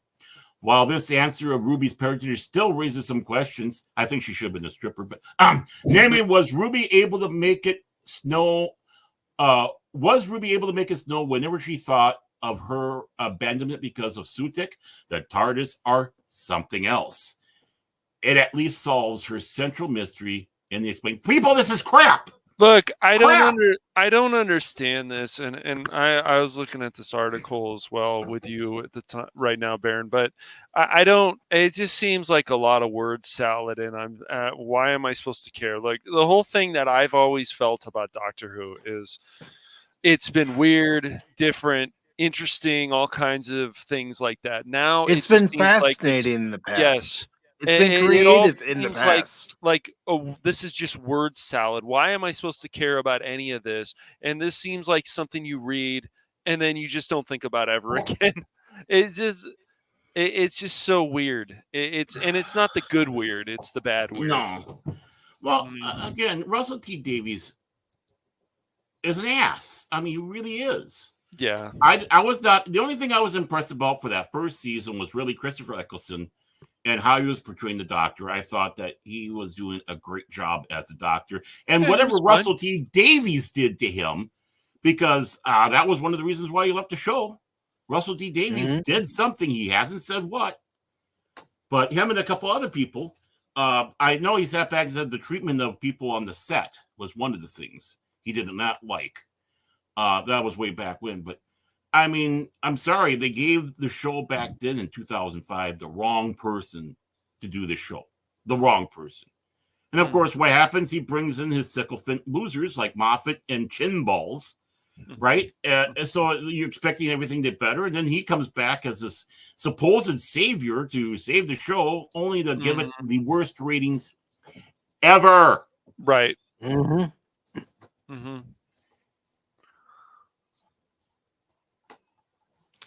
Yep. The downfall of another once popular IP. Yeah, I mean, even because of dumb story ideas like this, it's ridiculous that he took his inspiration from The Last Jedi, a movie that's just there. It doesn't really do anything. No. Oh well, that's just how I feel about it. I think Rise of Palpatine fits that a little bit more, but I mean, honestly, in the whole scheme of things, really honest, how can people be enjoying this? Honestly, how can I don't know. It's just it's one of those. Go ahead. Yeah. Oh, I'm sorry. He's turning these into these season-long arcs that Doctor Who rarely did. I mean, I can only count on my hands how many times they did that. Whether, you could almost count Dalek Master Plan because that was 12 episodes, but still the seasons were a hell of a lot longer. But you had, of course, the Master series, back in the 70s when the whole season was centered around the Master. Boom. There was your first one. Then you had, as you went along, you kind of had a little bit of duology with the Planet of the Daleks and Spirits of Space. But it really started taking off when you got into I suppose you could say Tom Baker's because they went back to Nerva, but that's not important. But the Key to Time, where the whole season was centered around finding the key of time with 6 different stories, 6 different pieces. My, that's convenient. Then you had little trilogies of stories going on under JMT. And then, of course, Trial of the Time Lord. The whole season, dedicated to Colin Baker. And, out of 26 years, they hardly let's use the entire season to all connect together. That's not Doctor Who. It doesn't make any sense. People have forgotten. I know they don't care. It's so obvious, but they don't care. This man is a Time Lord. He goes back and he changes things, sometimes for the better, sometimes for the worse. But this is why so many people found this character so interesting. And his assistants and the Daleks, they were very intimidating. You saw these robots with these like ball laser things, and you're like, what the hell? This well, is don't not forget the something Cybermen. fun. Right, the Cybermen, yes. I mean, you just had all these different things. And when he went back in time, and then even Christmas episodes, all this stuff, even later Doctor Who, they still understood all this. And then everything just started going to hell. Yeah. What are these ball lasers, and where can I get one? Right? On the Daleks. Little shock. But, you were intimidated by these things. They did a really good job with the makeup. And then just after Whitaker came in there, like everything just started changing. It's like, we've got to add real world politics to this. It's like, unless it actually fits into the Doctor Who universe, you mean One Expression Whitaker? Yes. Yes. Yep. Oh. Yep. And we lost Baron. Yeah, we lost Baron. Did he hit the wrong button? He might have. He might have. Baron? Or is he? I did not boot you. I did not boot you. You must have hit the button, bro. No, it said I lost signal. I said, honestly, it said no one booted you.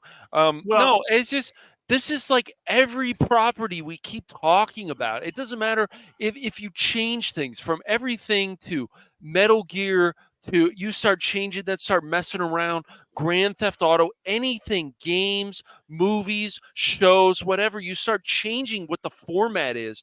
It starts pissing people off for good reason, or just mocking it. But the thing is with the new Doctor Who, I'm talking about the 2005.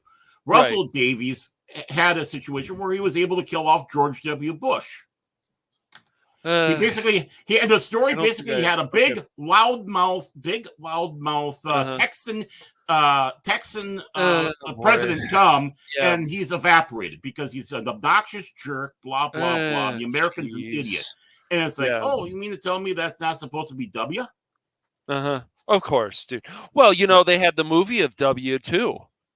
With Brolin, wasn't Josh Brolin W? Yeah, he was. But I'm talking about Doctor Who. I mean, when they sit there and say, when you're saying that, with Jodie Whittaker starting with it, no, Russell Davies was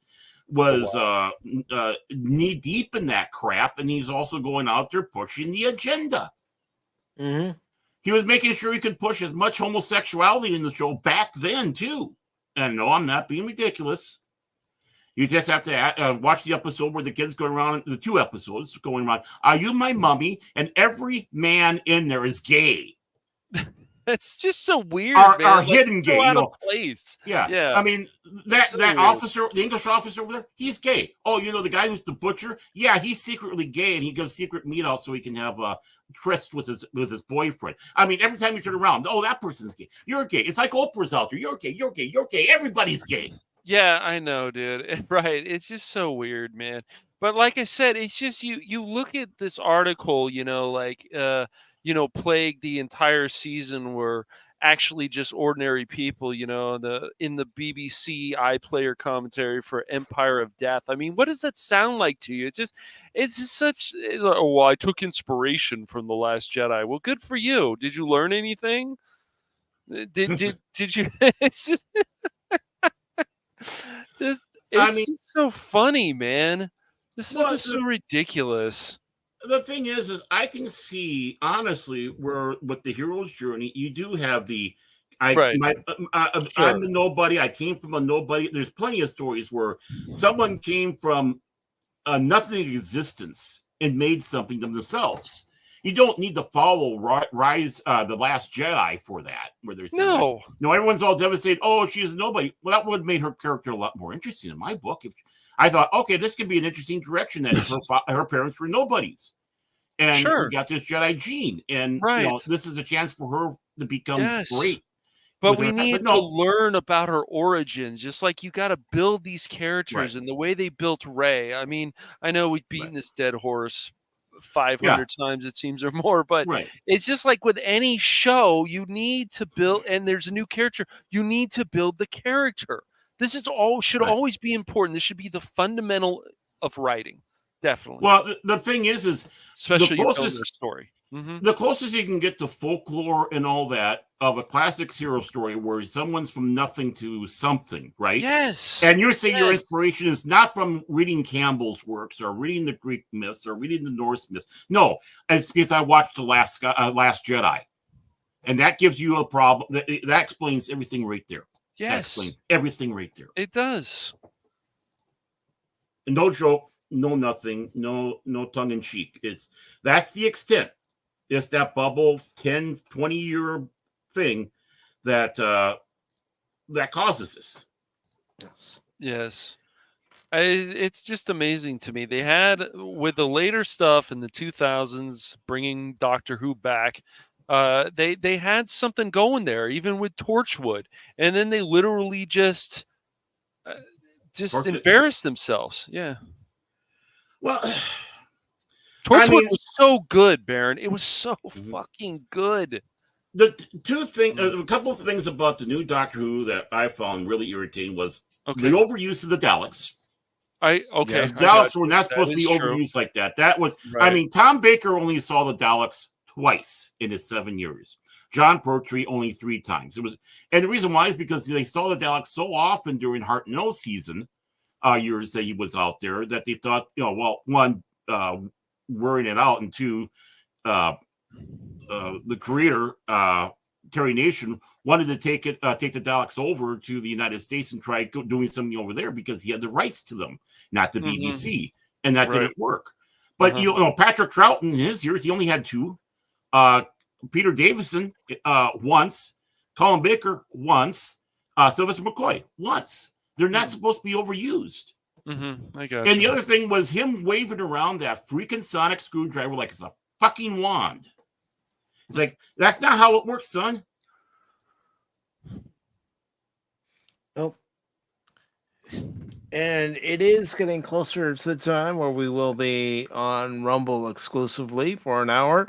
But I do want to let everybody know that tomorrow over on Rumble, on the Pacific414 on Rumble channel, we will be giving our live reaction to tomorrow's debate between current President Joe Biden and former President Donald Trump. Yes. I am taking this very seriously. I will not be joking. I might make a little quip here and there, depending on what they say. But I want to hear what both candidates have to say, what they're going to do for the country in the next 4 years. Right.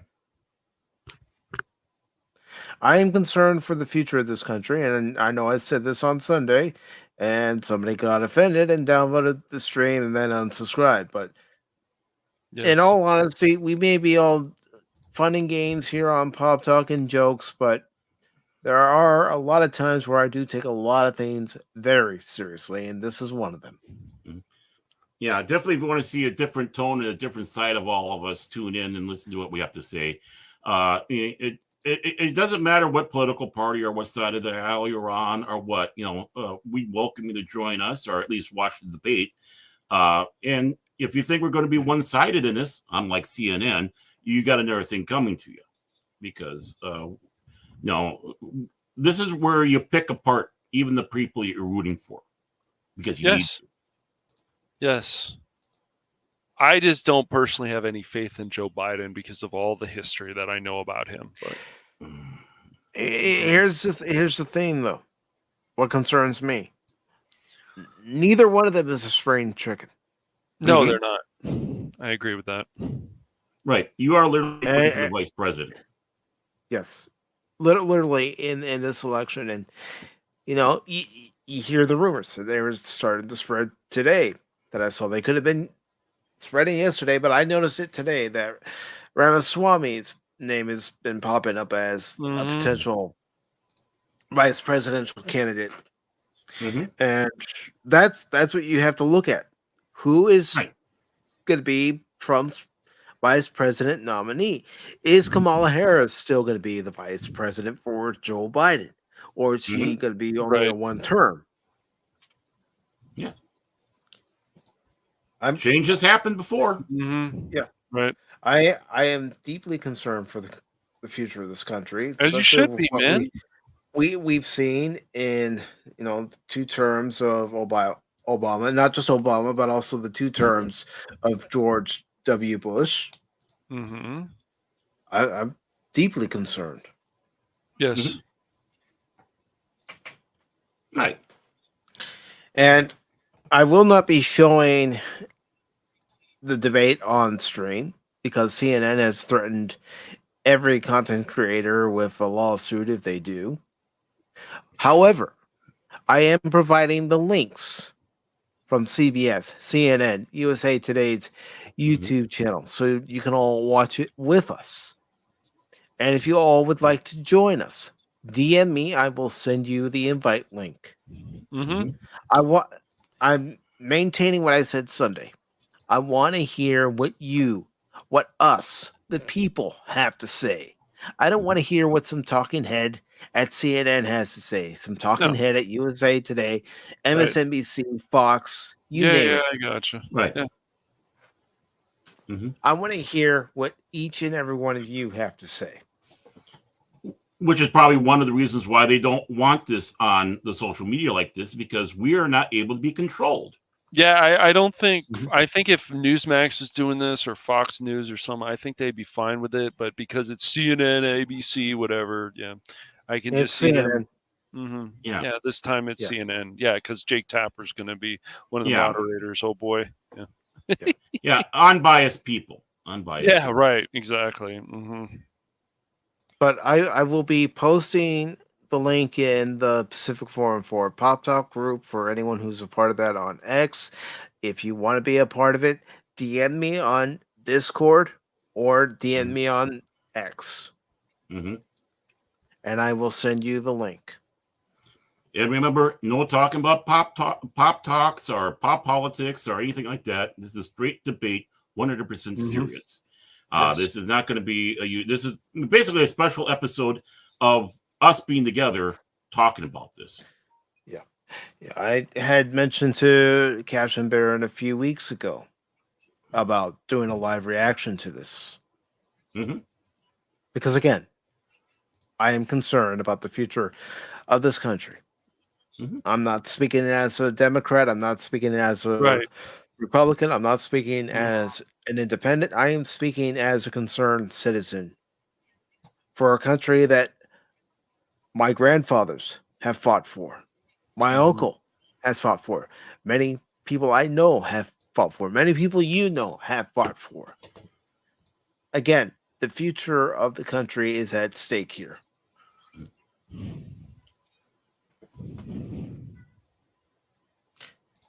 And let's see. Tim says if Trump wins, let's see what happens between the election and his inauguration. Yeah, that is something that's a concern on my mind. Yes.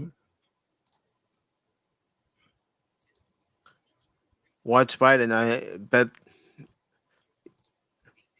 Well, there's rumors going around about what may or may not happen. Yep. There's rumors around that he may be replaced. Yep. A lot of speculation. Yes. Yeah. But when it comes down to it, we'll find out that night. Yes, we'll find out tomorrow night. Now, the live stream over on the Rumble side will start at 8:30 p.m. Eastern sharp.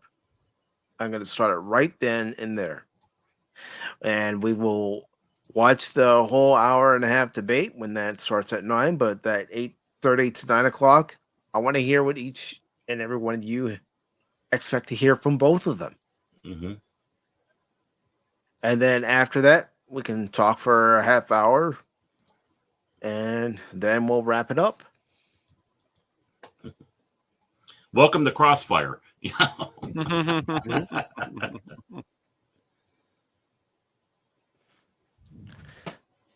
So if there's anything you guys would like to promote before we go for our hour on Rumble, go right ahead.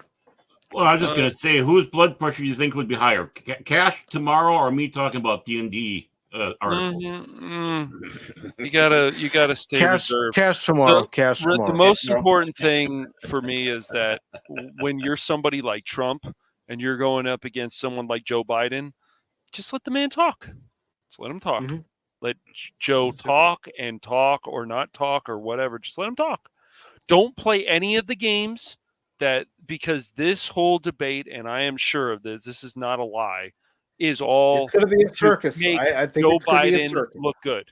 This is all to make Joe Biden look good, and Trump needs to make sure not to play their games. Yeah. Exactly, right? Agreed. I would. Yeah. Yes. I believe that President Trump did suggest doing that. He did. He wasn't kidding. Yes, he wasn't kidding. No, he wasn't joking. But yeah, so let's see. Friday, we've got our multiplayer stream at 6:30 p.m. Pacific Standard Time on the Phantom Hooligans. And then there's some more shenanigans going on, but I'm not going to reveal them yet. But definitely we're going to be playing Dark Tide again, unless Baron's daughter's like, I'm tired of Dark Tide. And then More like she's tired of us. Else. She's tired of us. But she just loves that game, so I'm glad. We've got a full group. It's awesome. I'm not getting tired of Dark Tide. We still have things to work on, so it's great. Blood, guts, heads flying all over the place. Yeah. And that's Steve's true. Right. Yep, exactly, Steve. I agree, man. But yeah, that's all right now. What's coming up on the Phantom Hooligans? I got some stuff also I'm going to be doing with Phil at some point soon. So, Hooligans, yes. And how about you, Baron? Nothing. With you guys and Jace Thursday nights at between 6, probably about 6:10 Central Daylight Time. Give us over at the 540 Studios, The Beyond with Jace, of course, himself. Prismatics, Cashmoney007, myself, Kilted Cajun, and Hashi, and Whoopa Troopa. When he's able to make it. Yep. Yeah. So you might see a mixture of all those people coming in and coming out. So please join us tomorrow over at 540. Back to you, Mike. Except Jace isn't having tomorrow. The show tomorrow. We're not having it tomorrow, Baron. We already had the Beyond. So everything that I said was fake news. Fake news. We already did our Beyond on Tuesday, and Mike. Yeah, Oh, okay. He always did Beyond on Tuesday. Okay. Yeah, no, because he's going to be on because Jace is going to be with us. Yeah. Okay. Tomorrow. So far, I know that Jace wants to be a part of it because what he told me last night is what happens here in the States affects Norway on the back end. And I know that Anonymous wanted to be a part of it, but this is open to anyone who wishes to be a part of it, whether you're a part of the Pop Talk X group or not. If you want to be a part of it, send me a DM. I'm not going to know unless you send me a DM on either Discord or X. How can I handle 90 minutes of Anna Moss whining about Ron DeSantis?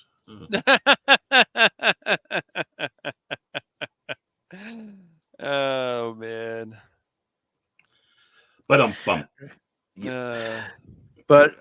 before we go over to the Rebel side exclusively, I do want to thank DJ Ronnie G for being here. Rocco the Bray was here. Thank you very much, Rocco. The lovely Leia Rose, the princess of YouTube. Phil McCracken, who says wasn't Pop Talk yesterday. No, that was the Beyond on 540. Phil. I was wondering what he was talking about. The Padawannabe was here. Our guest for next Wednesday, Kathy Skywalker, was here. The previously mentioned Anonymous. Low Spec Linux Laptop, who is currently over on the Rumble side. We also had JT late night with Cap. Good to see you, Cap. Tib, good to see you as well. Big Daddy T-Gap. That's right, T-Gap Steve in the house, everybody. He rode in on his horse. Yeehaw! And the Super Wrench, John Rendell. Thank you, John. Thank you all. And again, the link is there in the chat if you want to join us. I'll go ahead and put it in there again. If you would like to, again, join us over on the Rumble side. We do have another story to talk about, and then I'm going to let Cash and Baron and myself just talk about what comes to mind. Oh, wow. All righty. Oh, okay. You're working without a net, folks. Mm-hmm. Yes. You definitely want to come over now. You definitely want to come over. So we'll see you over there, folks. Come on over. You, come on. You do it. I'll let you guys know when we're clear on the Rumble side. Come on, guys. You can do it. Come on. Come on, do it. Come on. Come over. Come on. Come we on, got man. cookies? No, nobody told me to bring cookies. I forgot the cookies. Man. Come on, man. Have a good night, everybody. Take care. Later. Steve, will you stop, man? Just like yesterday. Dang it, Steve. Just like yesterday. Just Come like on, Sunday. T-Cap. Come on, Come man. on. Come on. Smart ass. Wow. Later, everybody. Come on. Join us on Rumble. Oh, Join us.